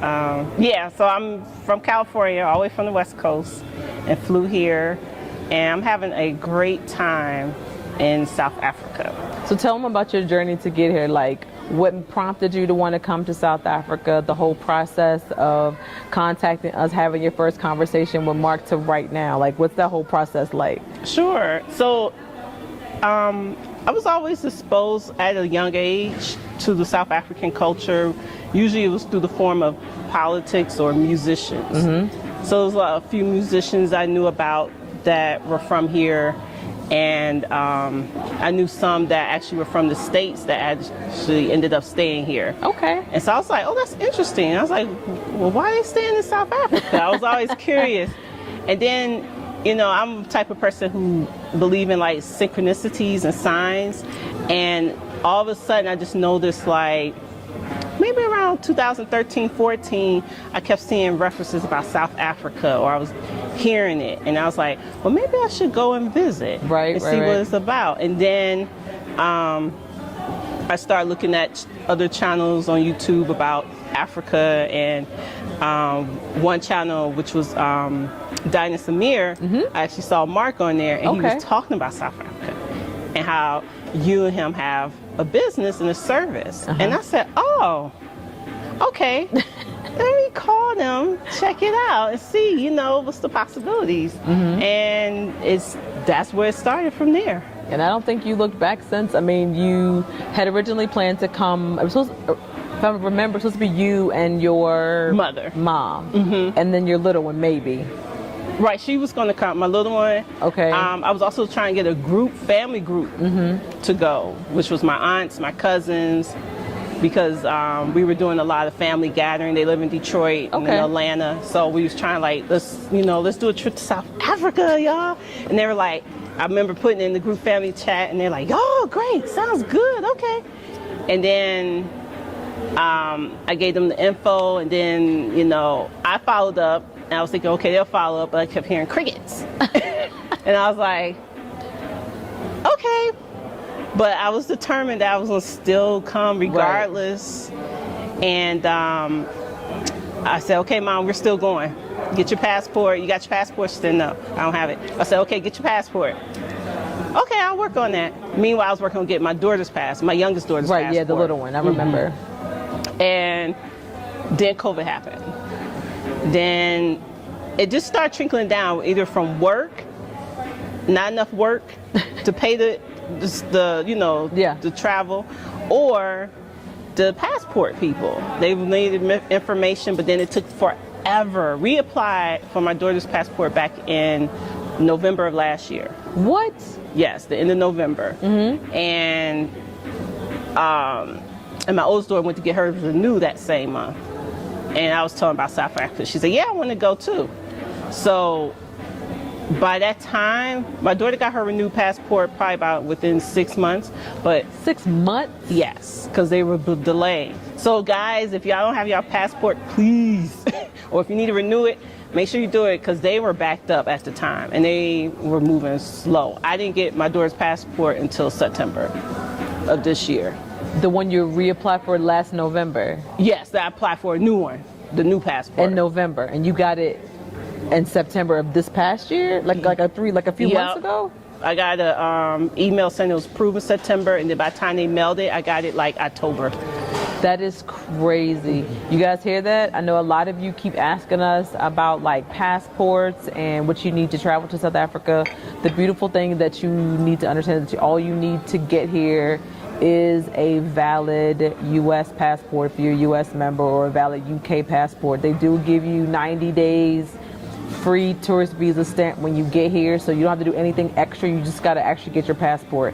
I do know some people that have said, oh, well, I'll just get it expedited, but I will tell you that even the expedition is still taking, from what I understand, I have several people that have tried to expedite their passports, and it is still taking longer than normal to get passports back. So if you are needing your passport and you're trying to travel in the next 6 months or even the next 12 months, I would say do it yesterday. Yes. Go to the post office, because you need to physically go to the post office. Right. You can get your picture taken there as well. I know in the U.S. you can get maybe pictures at CVS or whatever the case may be. But just if you can get it all done, do it. Make sure you follow up. But it is a process. It's not like they'll get it back to you in 6 weeks like they normally do. As you can hear her say, it's taken a while. So so we're glad that the little one got her passport. Now, so with your mom, did she never get her passport? Is that why she didn't come? Like, what was the process with that? Right. So she never got her passport. So she wouldn't have gotten in time for when we. So you wanted was like, to go. "Are we out?" Yes. And then she mentioned, "Yes, I left her." Not intentionally, y'all. I tried. And then she said, "Well, COVID." And then that came up. So another excuse. Right. Gotcha. And that's why I realized that was the real fear, and then that was kind of the delay of her getting her passport. Right. And if your mother's older, we understand. Like, I mean, some people don't want to, travel because of that or whatever the case may be. But since you've been here, speaking of COVID, like, what would you say the practices are? Do you feel safe here with COVID? Do you feel like you've been overexposed? Like, what's your experience been like as far as COVID's concerned from the time you got on the plane to the time you've been here the last couple days? I would say I feel real safe. They're going to make sure that you're safe. You're going to have your mask on. You're going to have these wipes. Like, even at the airport, I have to show them. They're going to give you these. So She kept them. I kept them, yeah. And then when you go to these, they have stations all around and you don't even have to touch it. You can put your foot on it. Like, they're serious about sanitizing and safety protocols and measures here. And you just do your part and your best part as well to observe that, and I appreciate it and I understand it. I'm not annoyed by it. For me, it's like they care. They're looking out for you. And it's not, I think for me, the traveling process is a hassle as far as maybe if you're trying to take a test, and because it was the holiday season, and because what's going on in America right now, there was shortage of tests. Home tests were all out in CVS, Walgreens. You had to go make an appointment, and sometimes they didn't have it, and you may have to drive further out. So just be prepared if you're in the States that depend on your area. I know in California,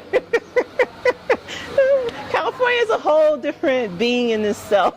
She was like, and let's just, California, just God bless them. Yes, exactly. God bless them. God Right. love them. God love them. So you've been here a couple of days. Now, just overall, like, you got here a couple days ago. What was your first, because I think the first day, I usually give people like a first day of downtime. Like, what did you guys do yesterday? Like, how did you feel yesterday when you got here?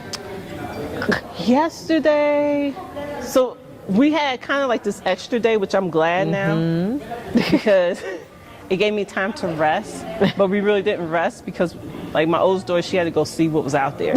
So she was in the malls. Then I'm like, okay, I want to go see what's out there too. So me and my daughter, the youngest daughter, go. And I would say we did that. We got room service because by the time we got in, it was a little late. Right. And the food was good. It was like, okay. When I got up in the morning and saw the view, because it was dark. It was pretty when it was dark. But just seeing that view, I was just so like, because it's beautiful. Like, you just don't, you have to be here to see how beautiful it is. And there's beautiful landscape everywhere in the world.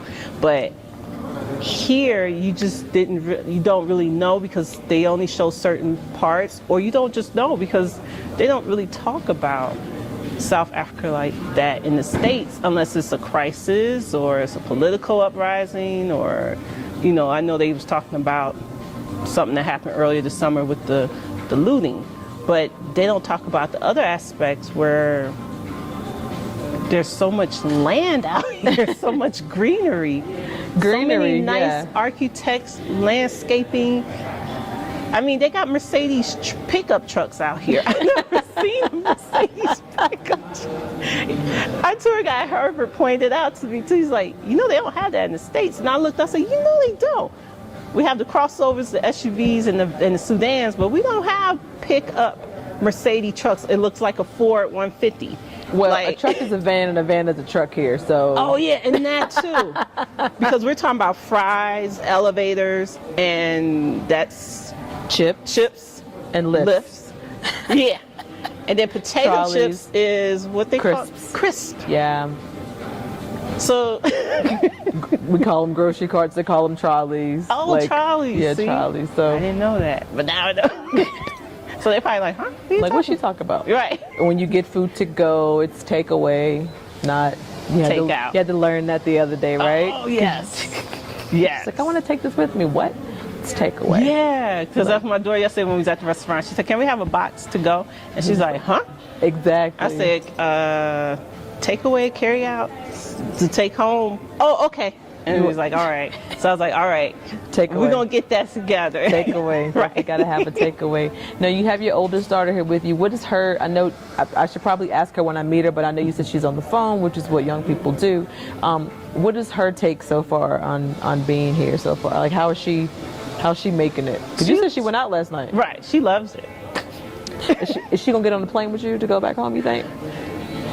I hope so. It's like, it's a very strong possibility that she might not. Right. She might not. Now, overall, just, I'm interested in how you actually feel being here, being that you waited so long to get here. Like, how do you actually feel being in South Africa?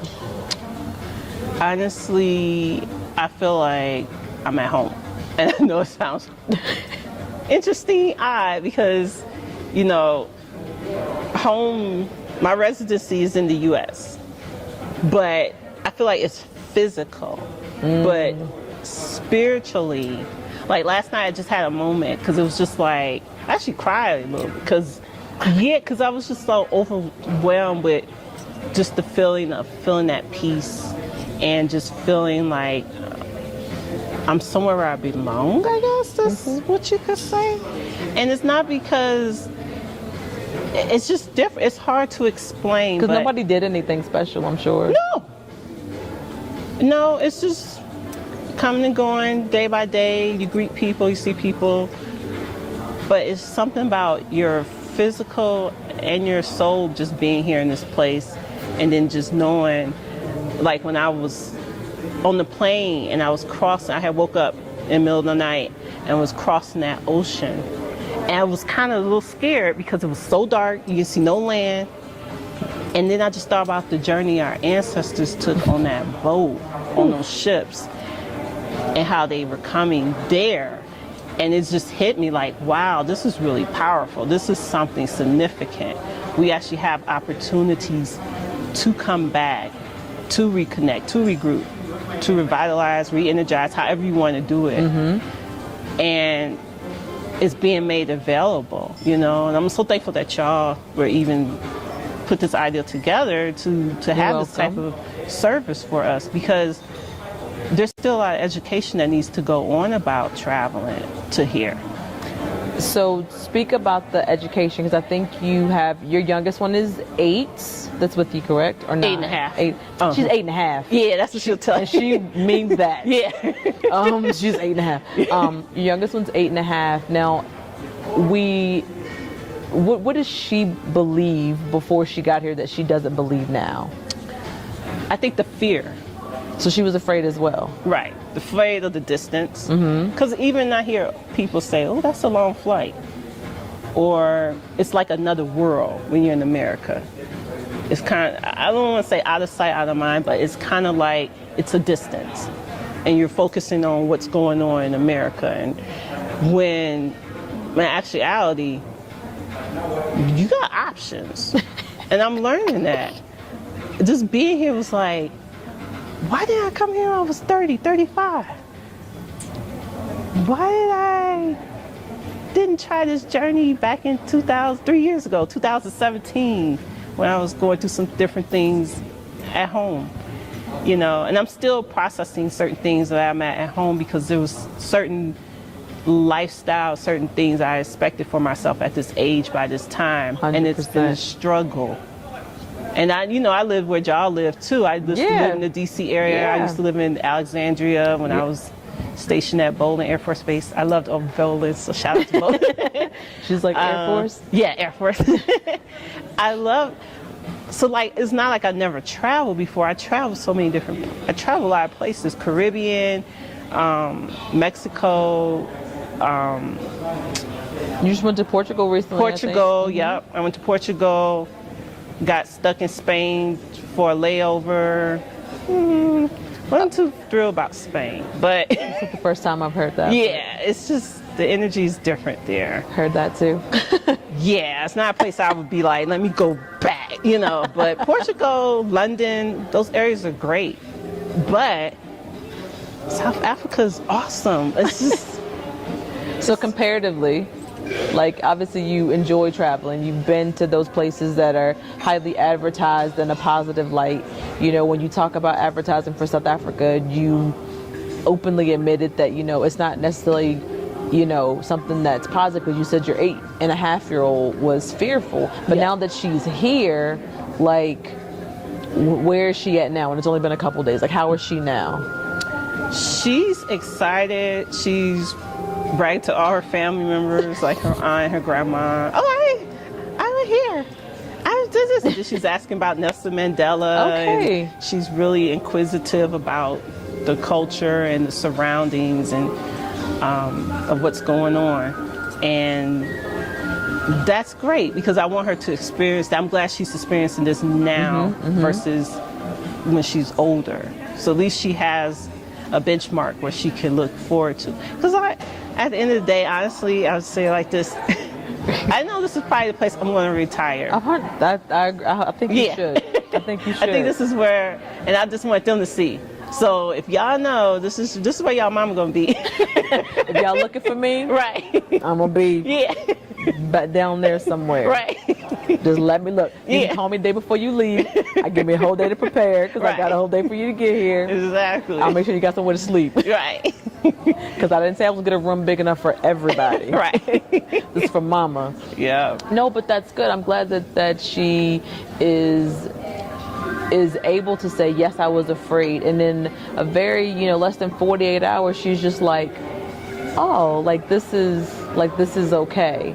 Because when I met her a second ago, she seemed super comfortable. Like she was just like, all right. Yeah. She wasn't afraid. She wasn't trying to be up under you. She was just like, I'm good. Let me. Yeah. And she's looking forward to the safari. Oh yeah, definitely. Definitely. Now today you guys went to Soweto, and I think you had Herbie with you. Yes. So how was your day? It was great. I'm still recovering from jet lag, so luckily I got up in time because I missed my alarm. But it was so worth I wouldn't even call it hassle. It was just worth the rush. Like I had to rush myself to get together. But when I got there and just to see, I was just tremendously, I was just in awe with the information I received, because you think you know some stuff, but you really don't know in depths, and knowing about the depths of, Youth Day and how that was created. Yeah, and why it was created. Right. Yeah. And I remember seeing Serafina when I was younger. Everybody loves Serafina. And I was just like, looking at the pictures and then thinking about the movie and the play, and I'm like, now you got to watch it again. You'll have a greater context. Exactly. It'll make so much. And then when they're singing the songs, and if you hear the translation, you'll understand exactly what they're talking about and why they were so adamant about what they were doing on that day. It's great. And these were young kids. This was back in 1976, so it was like they were passionate about their movement, and they had a cause. And just to know how they were treated during that. And even we went to the church where they went to go seek refuge, and just to see the bullet holes in the church. And it's crazy, right? Because that's considered blasphemous where we're of course. to shoot in a church. And to see that, and then just to see the pictures and to see Nelson Mandela mentor, we don't hear about that in the States. Maybe some people who go into history scholar fields, but I didn't know he had a mentor. And I didn't know, I think I knew a little bit about his first wife, but didn't know a lot. And to go to his home and to see it, and then to meet this neighbor, and she has like this, what we call barbecue. But a bride. Yeah. That. Bride.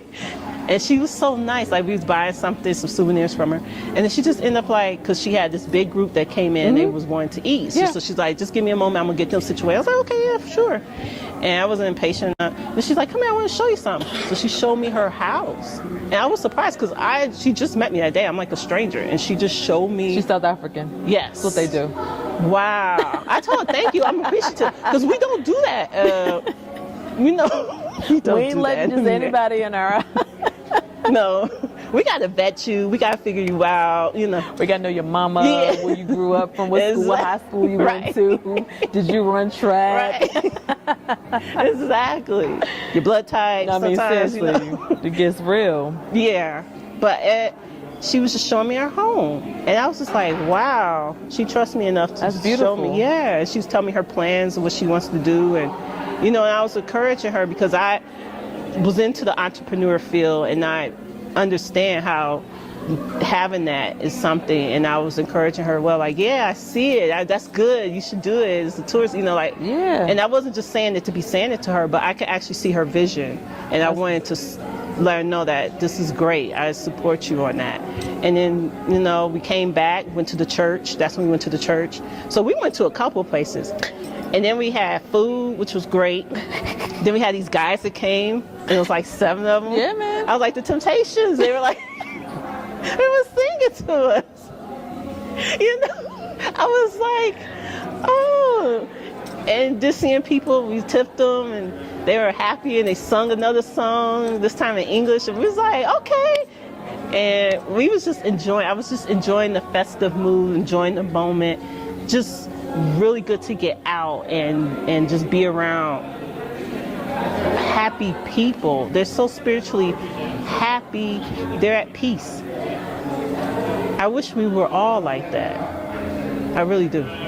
You say they're at peace, and it's funny because you say they're at peace, they seem happy, but when you think of Africa, when you think of South Africa, do you think that you're going to come over here and see a bunch of happy people? Do they make you believe you're going to see anybody that's having a good life or a good time?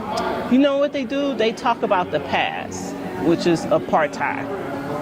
And a lot of people still have this concept in their head, even when they go to like other areas. And there's nothing wrong with going to other areas like Ghana, Nigeria, Tanzania, but they don't have the full history about how apartheid happened, and it was horrible. I saw the pictures, I was reading the information, but they overcame it. I mean, Nelson Mandela got elected as the president, 20 years, what was that, 94? So about 27 years that you've been out of apartheid. I want to say this, can I be honest? Absolutely. They're progressing here so much better than we ever progressed it since the civil rights era. And I don't even think we progressed from that yet. I just want to keep it real because I really want people to see that they're living their best life out here. I mean, it's so diverse. When I was out at the Arch last night, you had Indians, Asians, blacks, whites. Everybody's together. Now, they might be in their own groups as families, but people are together. From what I remember, apartheid, that couldn't happen before. So to see that and to see people are in their own elements, whether it's their own careers, own jobs, you see successful black people, you see successful white people. Everybody has their own lane. That's an element that we are still struggling to attain in America.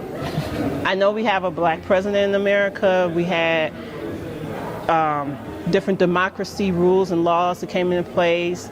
We have Dr. King Day. So many things dedicated to the cause. They even had Malcolm X on the stamp. But we still don't, that's just I wouldn't want to call it frivolous, that's just the tangible items. We don't see the actual in-depth items that can create value over generations. And what I'm seeing here is that value is being created within the generations. No, there's really no other way that anyone can say that, because I think it's beautiful that you said two things. Number one, you said that you didn't really understand, like you knew a little bit about the history, but you didn't know a lot. So admitting that you didn't know a lot is one thing. And number two, understand that it also works in reverse. They don't really know our history that much either. Mm-hmm. So you can't expect them to know very much. So when you're having conversations with people like Herbie, right, and he's telling you about the history, you're getting it from the horse. And when you're talking about our history, He's getting it from you, and you guys are kind of coalescing and understanding the similarities and also the differences. But those two things and the similarities and differences are how we're actually all able to come together. And I think the other thing you said, which I think is resounding more than anything, is that they've come a whole lot further. When you talk about diversity, when you talk about coming together, yes, you are in an area that is mostly like a melting pot when it comes to Johannesburg is concerned anyway. Yes. But when you look at that melting pot, you still don't see any separation within that pot. Even with our melting pot society, there's still separations within that pot. So, and I'm not saying that they don't have areas where the pots are separated, but here you don't feel like you're out of place in that pot. Do you understand? Exactly. And I think that acceptance is something that you have to actually feel yourself. And I think that you tried to explain it earlier, but I think that the words don't always come out because there's really no feeling other than like home. Right. There's really no feelings other than like home. So I don't even know what else to ask you. I think I had more questions, but I think you summed it up beautifully by just saying where they are is a whole lot further than, so we have a lot of work to do. Yes. What I would say is, you're talking about wanting to retire here for a couple reasons. Number one, you worked very hard. Yes. You've done some stuff for the military, for our government, for our democracy in the U.S. And I think you mentioned it by saying that you thought you would be someplace else than where you are right now. And you used the word struggle. Just for 2 seconds, expound to me and to the people who understand that someone over 40, like we all are here, at least in this space, when you've gotten to that point, like you expect certain things in your life. Right. So what happens when you get to that point and you're like, why is it still here? Like what starts to happen in your mind when you get to that point? I've always had this idea to attain something, you work for it. Or, seeking you shall find. So I went to school, went to college, all of that. Yeah, all those checklists they tell you to do to be successful in society. And to know that even when I was going into the entrepreneurship, I said, well, maybe that's another aspect for me to create. There was opposite. I'm honestly going to say it's hard having a black business in America. Even to a point for me, I was trying to do something in Atlanta, and I was trying to do something up to October. And it fell through, and I lost a lot of money from it because I didn't have people who trusted me enough to invest in my business. And I think and I'm going to honestly say it too, they have all these programs back home, and they have all these different incentives, especially during COVID, to say they're going to help businesses. But which kind of businesses are you really helping? Because if you're a newly startup black business, or if you're a black business that's been in business for some time, you're going to a bank or you're going somewhere to ask for a loan just so you can get something, so you got it to pay it back. It's like they don't trust you to. And they ain't gonna say it. They're just gonna say, well, you don't qualify because of this credit criteria. When you read the notes, you did qualify in this credit criteria. Or we need you to put so much money down now in order to show us, or so many business bank statements to show what's coming in for you. And I'm like, well, how are we supposed to get started and be successful? So there's more hurdles on top of hurdles, and because you don't make the rules, because the rules are not designed for you to begin with, it's like, how are you supposed to navigate a system that's never really designed for you to win? Exactly. And you're right, as a black entrepreneur, which Mark and I words, multiple times back in the States, we were successful, but trust me, we weren't successful because anybody helped us. We were successful because we had to literally make a way when there was no way. Right. You know what I mean? Like, we had to really dig deep and fund our own lives. Right. In a lot of ways. Save here, invest in ourselves. Because if you're waiting for someone on that side as a black business owner to invest in your business, it's not going to happen. I'll take that back. I won't say it's not going to happen. what you have to go through for it to happen, you may not have the patience to go through. Right. You may not have the patience to go through. So is there anything you want to add? Because I know this is just the beginning of your trip, but we're thankful that you're here. But anything you want to tell the people about how easy it was to get here, what they should do, like anything you want them to know? Yes. I mean, come, you're going to be comfortable. I got here, like I just now met Dr. Latasha and Mark. I just met them. But it wasn't like I had so many other things to do though. Like they really had the itinerary schedule where you're going to be busy and then they're going to put you with good people to take you around and to educate you and they're patient with you. Like, you know, I was asking them about the gratuity system because, you know, the currency is different and it took me a minute to process it, but Herbert was just really, you know, let me know, okay, and I'm like, do I tip the guy, the groundskeeper who gave us the tour at the church? Because I wasn't too sure, because some places in America, you know, they don't tell you. He was like, yeah, if you want. And so I tipped him. And then I bought service, you know, products and vending from a lot of the vendors and the entrepreneurs, black entrepreneurs here that selling their items. And it's just investing into their community. And I just feel like, not to be on a tangent, but everything's just going to come together when you get here. And I understand what the previous people said in the videos before. I know they always talked about the food, okay? So I was like, well, I gotta get here and try this food, because that's all I'm hearing about. But the food is great, but also just to be in the experience of the moment of meeting people, understanding the culture and the history.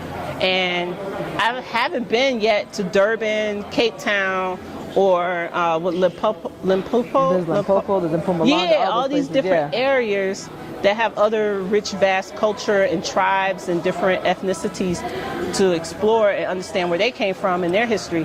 And I will be definitely doing that again. But this was just kind of like the launching pad, just to get here, get acquainted and affiliate. And I just love it. I really do. I just say, please come out, take advantage of the opportunities while you can. And if you get your passports, if you have a passport, come out here. There's no excuse why you shouldn't be coming to South Africa. Now I sound like them, right? No, it's okay. No. Sometimes they have to hear from someone else besides us, because it sounds like we're biased, and we're biased because there's only so many words I can use to describe it, because I always feel my English is limited when it comes to express like how I actually feel living here every day. So for someone to only be here for, 48 hours or less and be like, yo, this is awesome. I've been walking around. My kids got their hair done. Like life is, like they found a place across the street. Yeah. And the daughter's hair is absolutely, it's so gorgeous. I was like, I see your hair, boo. But they weren't afraid. Like you can't be, I won't say you can't be afraid of your own people, but you can't be afraid of your own people. No. You can't be afraid. There's no fear. And even if you heard stuff before about certain things, I'll just say you have to still experience it for yourself. You don't know really life until you live it and done it yourself. So what somebody else experienced here or may say about certain conditions that have changed, okay. But for me, she's like, I hear you. Yeah, I hear you. But for me, it's different, and I'm excited to say I love it here. That's what I would say. She loves it already. You guys will love it too. You know how to reach us. Please like, share, and subscribe if you haven't already done so. Thank you so much for watching, and we will see you guys on the next video. Bye, guys. Bye. Hello, everyone.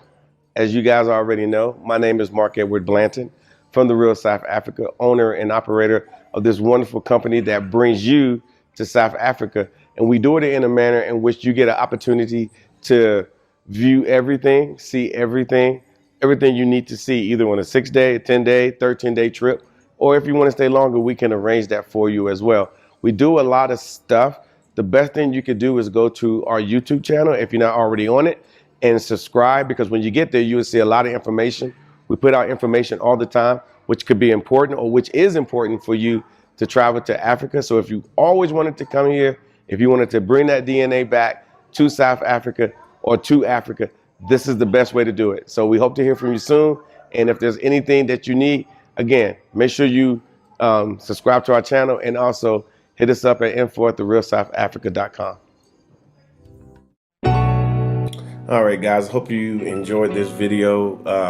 We love the fact that our people take time to make sure you guys understand that, hey, coming to South Africa is a journey.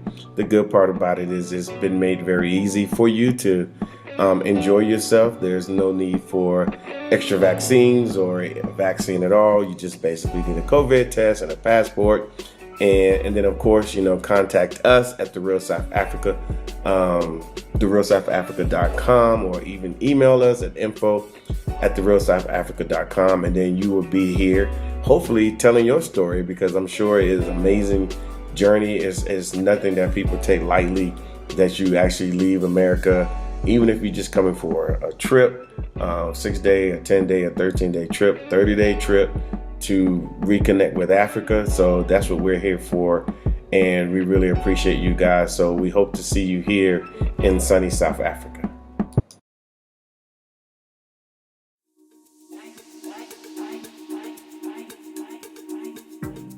All right, guys, the real estate tour for 2025, it has been set. We're going to Durban.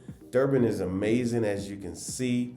A lot of coastal villages, a lot of coastal property that you're going to be able to see right there on the Indian Ocean. We're going to be having a lot of events while you guys are there. Just like the 2024 trip, they were surprised of how organized and how well it was, and that they had access to property, and you're going to be able to have access to property as well. So if you ever thought about having property in sunny South Africa, this is your chance. I would say book this trip immediately, come through. Of course, we have payment plans and so forth. And of course, we have a lot of content on our YouTube channel talking about what they did in 2024 and in 2023 and in 2022. So I would say for you guys that are interested, come to sunny South Africa. I want to give a shout out to The Real South Africa, therealsouthafrica.com, and The Real South Africa on YouTube, Facebook, and any other platforms out there. Mark and Dr. Latasha Blanton, as always, they do a great tour and service, for the people.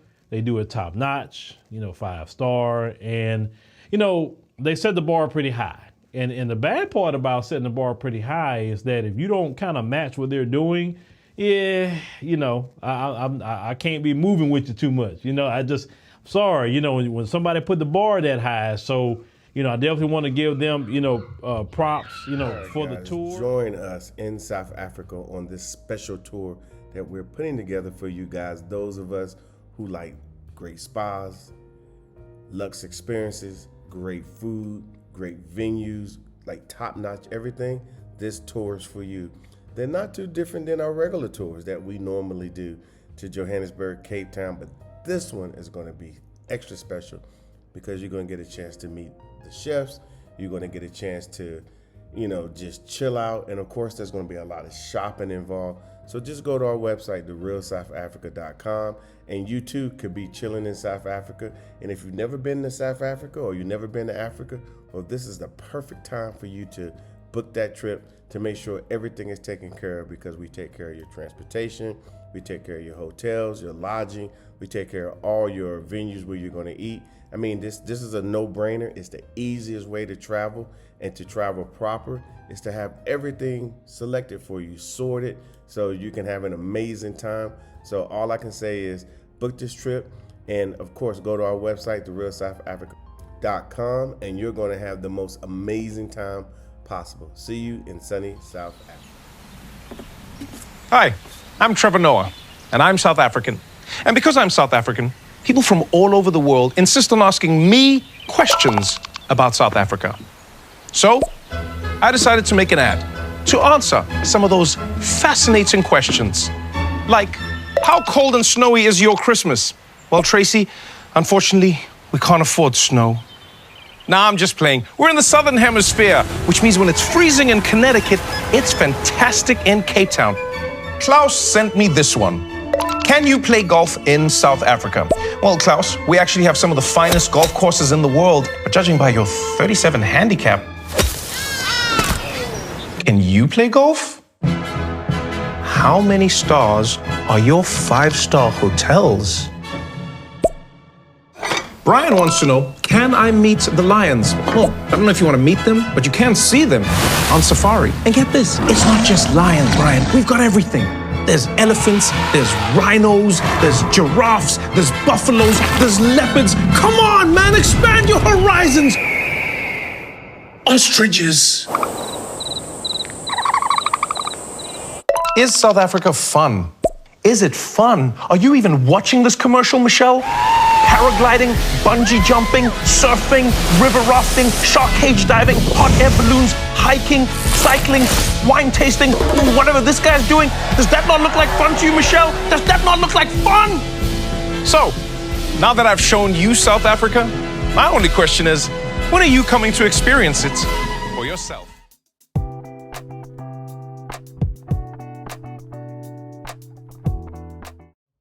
All right, guys, this is Mark Edward Blanton from the Real South Africa. And guess what? Our visa services is back. We're going to be helping you guys with visas because we all know that it can be problematic to get a visa here in the Republic of South Africa. So what we have done, we partnered with a big company that will assist us, and we've checked them out. We recommend that their services are very, very proper. Of course, we go with proper here in the Republic of South Africa, and they can assist you. So if you have questions about, do I qualify for a visa? Then that's when we have our consult. You get a consult with these guys. They will literally go through everything with you. And my expectations is for you to ask all the questions that you need to ask so you will know exactly which way to proceed. So they work in every arena of immigrations. So it would definitely help us who are looking to migrate to the Republic of South Africa. And all I can say is first, come on a trip, of course. And once you come on a trip, then you will be motivated to do all the work that needs to happen for you guys to come to South Africa properly. So all I can say is this is a great team. This is a great situation. All I can say is, again, reach out to us at outreach@therealsouthafrica.com. We will respond to you, and then you'll get an email, and then the process has began. Okay, so we will see you guys here properly in sunny South Africa. Hey everybody, this is Mark Blanton, and this is Dr. Latasha Blanton from the Real South Africa Travel and Tourism. And we have amazing packages to Johannesburg, Cape Town, and Durban. So we would like to see you guys here. All you have to do is just go to our website, therealsouthafrica.com, and we'll make sure that your trip here is amazing. See you here in sunny South Africa. So much for spending time with us today. If you like what you saw, please subscribe and don't forget to hit the notifications button so you don't miss out on all things The Real South Africa. Thanks again.